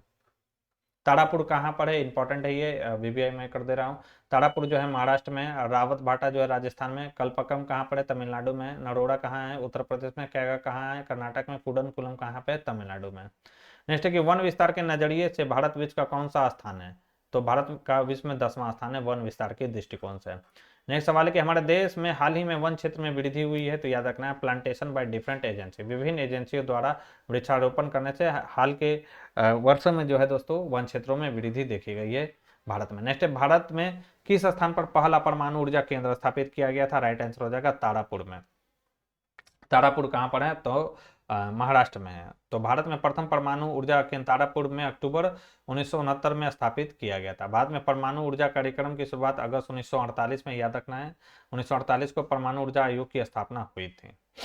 नेक्स्ट है कि मुंबई हाई क्यों फेमस है, तो याद रखना है फॉर क्रूड ऑयल के लिए यानी खनिज तेल हेतु मुंबई हाई फेमस है। नेक्स्ट हमारा सवाल है कि कच्चे ऊर्जा स्रोत से प्राप्त ऊर्जा और प्राप्त करने के लिए खर्च की गई ऊर्जा का अनुपात कच्चे ऊर्जा स्रोत को डैश कहा जाता है, तो इसे कहा जाता है एनर्जी यील्ड रेशियो यानी ऊर्जा उपज अनुपात कहा जाता है, इसको वीवीआई कर लेंगे दोस्तों। नेक्स्ट है कि टाटा आयरन एंड कंपनी की स्थापना कब हुआ था, तो इसकी स्थापना हुआ था 1907 में। नेक्स्ट हमारा सवाल है कि भारत का सर्वाधिक विदेशी व्यापार किस मार्ग द्वारा होता है, तो यह होता है समुद्री मार्ग द्वारा। नेक्स्ट सवाल है कि पारादीप पतन किस राज्य में है, तो यह है उड़ीसा में। नेक्स्ट है भारत की पहली रेलगाड़ी कितने किलोमीटर के लिए चली थी, याद रखना है 34 किलोमीटर तक चला था बंबई से थाने तक 1853 में। नेक्स्ट है भारत का सबसे लंबा राष्ट्रीय राजमार्ग कौन सा है, तो NH7 है, याद रखना है, और देश का दूसरा सबसे लंबा राष्ट्रीय राजमार्ग कौन सा है? तो NH-44 है, जो कि श्रीनगर से कन्याकुमारी तक है दोस्तों। प्रश्नकाल के दौरान भारत का सबसे लंबा राष्ट्रीय राजमार्ग कौन था? तो NH-7 था। वर्तमान में देश का सबसे लंबा राष्ट्रीय राजमार्ग कौन सा है? तो याद रखना है NH-27 है। ये प्रश्नकाल के समय था। अब ये पूछे तो NH यानी नेशनल हाईवे 27 जो है वो भारत का सबसे लंबा राष्ट्रीय राजमार्ग है। इनमें से कौन प्राकृतिक आपदा नहीं है? राइट आंसर हो जाएगा आतंकवाद। नेक्स्ट है, विश्व में सबसे अधिक वर्षा किस स्थान पर होती है? याद रखना है मानसीराम में होता है, जो कि मेघालय के खासीराम की पहाड़ी पर स्थित है जगह ये। नेक्स्ट है कि दुर्गावती जलाशय बिहार परियोजना बिहार के किस जिले में स्थित है? तो दुर्गावती जो जलाशय परियोजना है बिहार के कैमूर जिले में स्थित है। नेक्स्ट सवाल है कि बिहार का सर्वाधिक वर्षा वाला जिला कौन सा है? तो यह है किशनगंज। नेक्स्ट हमारा सवाल है कि निम्नलिखित खनिजों में से किस खनिज का बिहार में एक वर्ष में सर्वाधिक उत्पादन होता है? राइट आंसर हो जाएगा लाइमस्टोन यानी चूना पत्थर का। नेक्स्ट है कि लेक वालेसा वालेसा किस देश के नेता थे? तो लेक वालेसा जो थे पोलैंड देश के नेता थे। और 1983 में जो है शांति का नोबेल पुरस्कार से इनको नवाजा गया था। नेक्स्ट है कि किस प्रदेश में महादलितों को दलितों से अलग किया गया? राइट आंसर हो जाएगा बिहार में। नेक्स्ट हमारा सवाल है कि किस देश में ओलंपिक खेल का विरोध नस्ल पर आधारित था? राइट आंसर हो जाएगा मैक्सिको में। नेक्स्ट सवाल है कि बुनियादी नियमों का लिखित रूप है कौन सा है? तो याद रखना है कॉन्स्टिट्यूशन यानी संविधान है। नेक्स्ट है कि किसी अन्य राज्य के तत्काल राजनीतिक नियंत्रण वाले को क्या कहा जाता है? तो इसे कहा जाता है कॉलोनी कहा जाता है। VBI इसको कर लीजिए। नेक्स्ट सवाल है कि लोकसभा का कार्यक्रम कितने वर्षों का होता है? तो यह होता है 5 वर्ष का। नेक्स्ट सवाल है कि कौन सा व्यक्ति वोट देने का अधिकार नहीं होता है? तो याद रखना है पागल या दिवालिया व्यक्ति वोट देने का अधिकार इससे नहीं होता। नेक्स्ट है कि लोकसभा में अनुसूचित जाति के लिए 84 और अनुसूचित जनजाति बोले तो कितना? तो 47 दोस्तों लोकसभा में आरक्षित सीटें हैं इनके लिए। संविधान का कौन सा अनुच्छेद राष्ट्रपति को एक आयोग नियुक्त करने का अधिकार देता है जो समान रूप से पिछड़े वर्गों की स्थिति की जांच करे और सुधारात्मक उपाय करे? तो यह कौन सा आर्टिकल है? आर्टिकल 340 है, यानी आर्टिकल 340 यह जो है दोस्तों अनुच्छेद है। नेक्स्ट सवाल है कि राष्ट्रपति आपातकाल की स्थिति की घोषणा कर सकता है। कब कर सकता है आपातकाल की स्थिति की घोषणा? तो याद रखना देश की वित्तीय स्थिरता के लिए खतरा जब उत्पन्न हो तब कर सकता है। बाहरी आक्रमण या आंतरिक गड़बड़ी से देश की सुरक्षा को खतरा हो तब कर सकता है। और किसी विशेष राज्य में संवैधानिक मशीनरी की विफलता हो तब कर सकता है आर्टिकल 356 के तहत। इसमें हो जाएगा आर्टिकल 352 के तहत। एक मिनट दोस्तों, और इसमें हो जाएगा आर्टिकल 356 और ये कितना हो जाएगा आर्टिकल 360 के तहत। तो ये सब हो जाएगा। राइट आंसर की बात करें तो इसका राइट आंसर ऑप्शन ए होगा। नेक्स्ट हमारा सवाल है कि किसी संविधान संशोधन के अनुसार लोकसभा का कार्यकाल 6 वर्ष किया गया था। VBI इसको कर लीजिए। तो 42वें संविधान संशोधन के द्वारा लोकसभा का जो कार्यकाल है 6 वर्ष कर दिया गया था और पुनः इसे 5 वर्ष किस संविधान संशोधन के द्वारा किया गया था? तो 44वें संविधान संशोधन जो कि कब हुआ था? 1978 में। उसके तहत फिर से घटाकर कितना कर दिया गया था? 5 वर्ष कर दिया गया था। तो दोनों इंपॉर्टेंट है, ध्यान रखेंगे। भारत के कितने राज्यों में विधान परिषद है? तो 6 राज्यों में विधान परिषद है। ये 6 राज्यों का नाम आपको याद रखना है आंध्र प्रदेश, तेलंगाना, उत्तर प्रदेश, बिहार, महाराष्ट्र और कर्नाटक राज्य में विधान परिषद है। नेक्स्ट है कि भारत में सर्वोच्च न्यायालय के न्यायाधीशों की नियुक्ति कौन करता है? राष्ट्रपति। नेक्स्ट हमारा सवाल है कि भारत में संविधान का संरक्षक कौन है? तो कौन है दोस्तों? सुप्रीम कोर्ट है। नेक्स्ट है कि प्राथमिक शिक्षा के मौलिक अधिकार को संविधान में कब जगह दिया गया था? तो इसे दिया गया था 2002 में। 86वें संविधान संशोधन 2002 के तहत जो है शिक्षा को मौलिक अधिकार के रूप में दर्जा दिया गया था और एक नया आर्टिकल जोड़ा गया था अनुच्छेद 21(1). नेक्स्ट है कि भारत में महिलाओं के लिए आरक्षण की व्यवस्था कहाँ है? तो कहाँ पर है? तो याद रखना है पंचायती राज संस्था में। नेक्स्ट है कि निम्नलिखित में से किस बुराई को भारतीय संविधान द्वारा अवैध घोषित किया गया है? तो राइट आंसर हो जाएगा इंसानों में गलत व्यवहार, बेगार को और बालात श्रम को। राइट आंसर हो जाएगा डी। नेक्स्ट है कि एक भारतीय नागरिक द्वारा प्रथम अपील दायर करने के लिए कितना शुल्क अदा किया जाता है? राइट आंसर हो जाएगा कितना शुल्क? इनमें से कोई शुल्क नहीं अदा किया जाता है फर्स्ट अपील के लिए। राज्यसभा का सभापति कौन होता है? उपराष्ट्रपति होता है। नेक्स्ट है कि डैश किसी देश के भीतर विरोधी समूह के बीच एक हिंसक संघर्ष है जो इतना तीव्र हो जाता है कि युद्ध जैसा प्रतीत होता है। तो याद रखना है छद्म युद्ध यानी प्रॉक्सी जो वार होता है किसी देश के भीतर विरोधी समूहों के बीच एक हिंसक संघर्ष है जो इतना तीव्र हो जाता है कि युद्ध जैसा प्रतीत होता है। जैसे कि सत्ता की साझेदारी से निपटने में लोकतंत्र के बारे में निम्नलिखित में से कौन सा कथन सही नहीं है? कौन सा कथन सही नहीं, आइए देखते हैं। तो याद रखना है लोकतंत्र में यदि निर्णय लेने की शक्ति बिखरी हुई हो तो त्वरित लेना और उन्हें लागू करना संभव नहीं है। यह स्टेटमेंट इसमें गलत दिया गया है। नेक्स्ट है हमारा निम्नलिखित में से किस देश में 2 दलीय प्रणाली है? तो द्विदलीय प्रणाली किसमें है? तो यह है USA में। नेक्स्ट वाले लोकतंत्र का मूल परिणाम क्या है? लोकतंत्र का मूल परिणाम है राजनीतिक, सामाजिक और आर्थिक परिणाम है लोकतंत्र का। नेक्स्ट सवाल है कि किसी देश का सकल घरेलू उत्पाद उसके शुद्ध घरेलू उत्पाद और किसका योग होता है, इसमें तो याद रखना है उत्पादन प्रक्रिया में पूंजी की खपत का योग होता है, जीडीपी। निम्नलिखित में से कौन सा कथन सहभागी न्याय की अवधारणा को सर्वोत्तम रूप से, यानी पार्टिसिपेटरी जस्टिस के बारे में बोल रहा है, इस सहभागी न्याय की अवधारणा को सर्वोत्तम रूप से कौन दर्शाता है, तो यह दर्शाता है कौन सा, तो सक्रिय भागीदारी और लोकतांत्रिक भागीदारी के माध्यम से न्याय प्राप्त किया जाता है, इसमें किसमें, सहभागी न्याय में।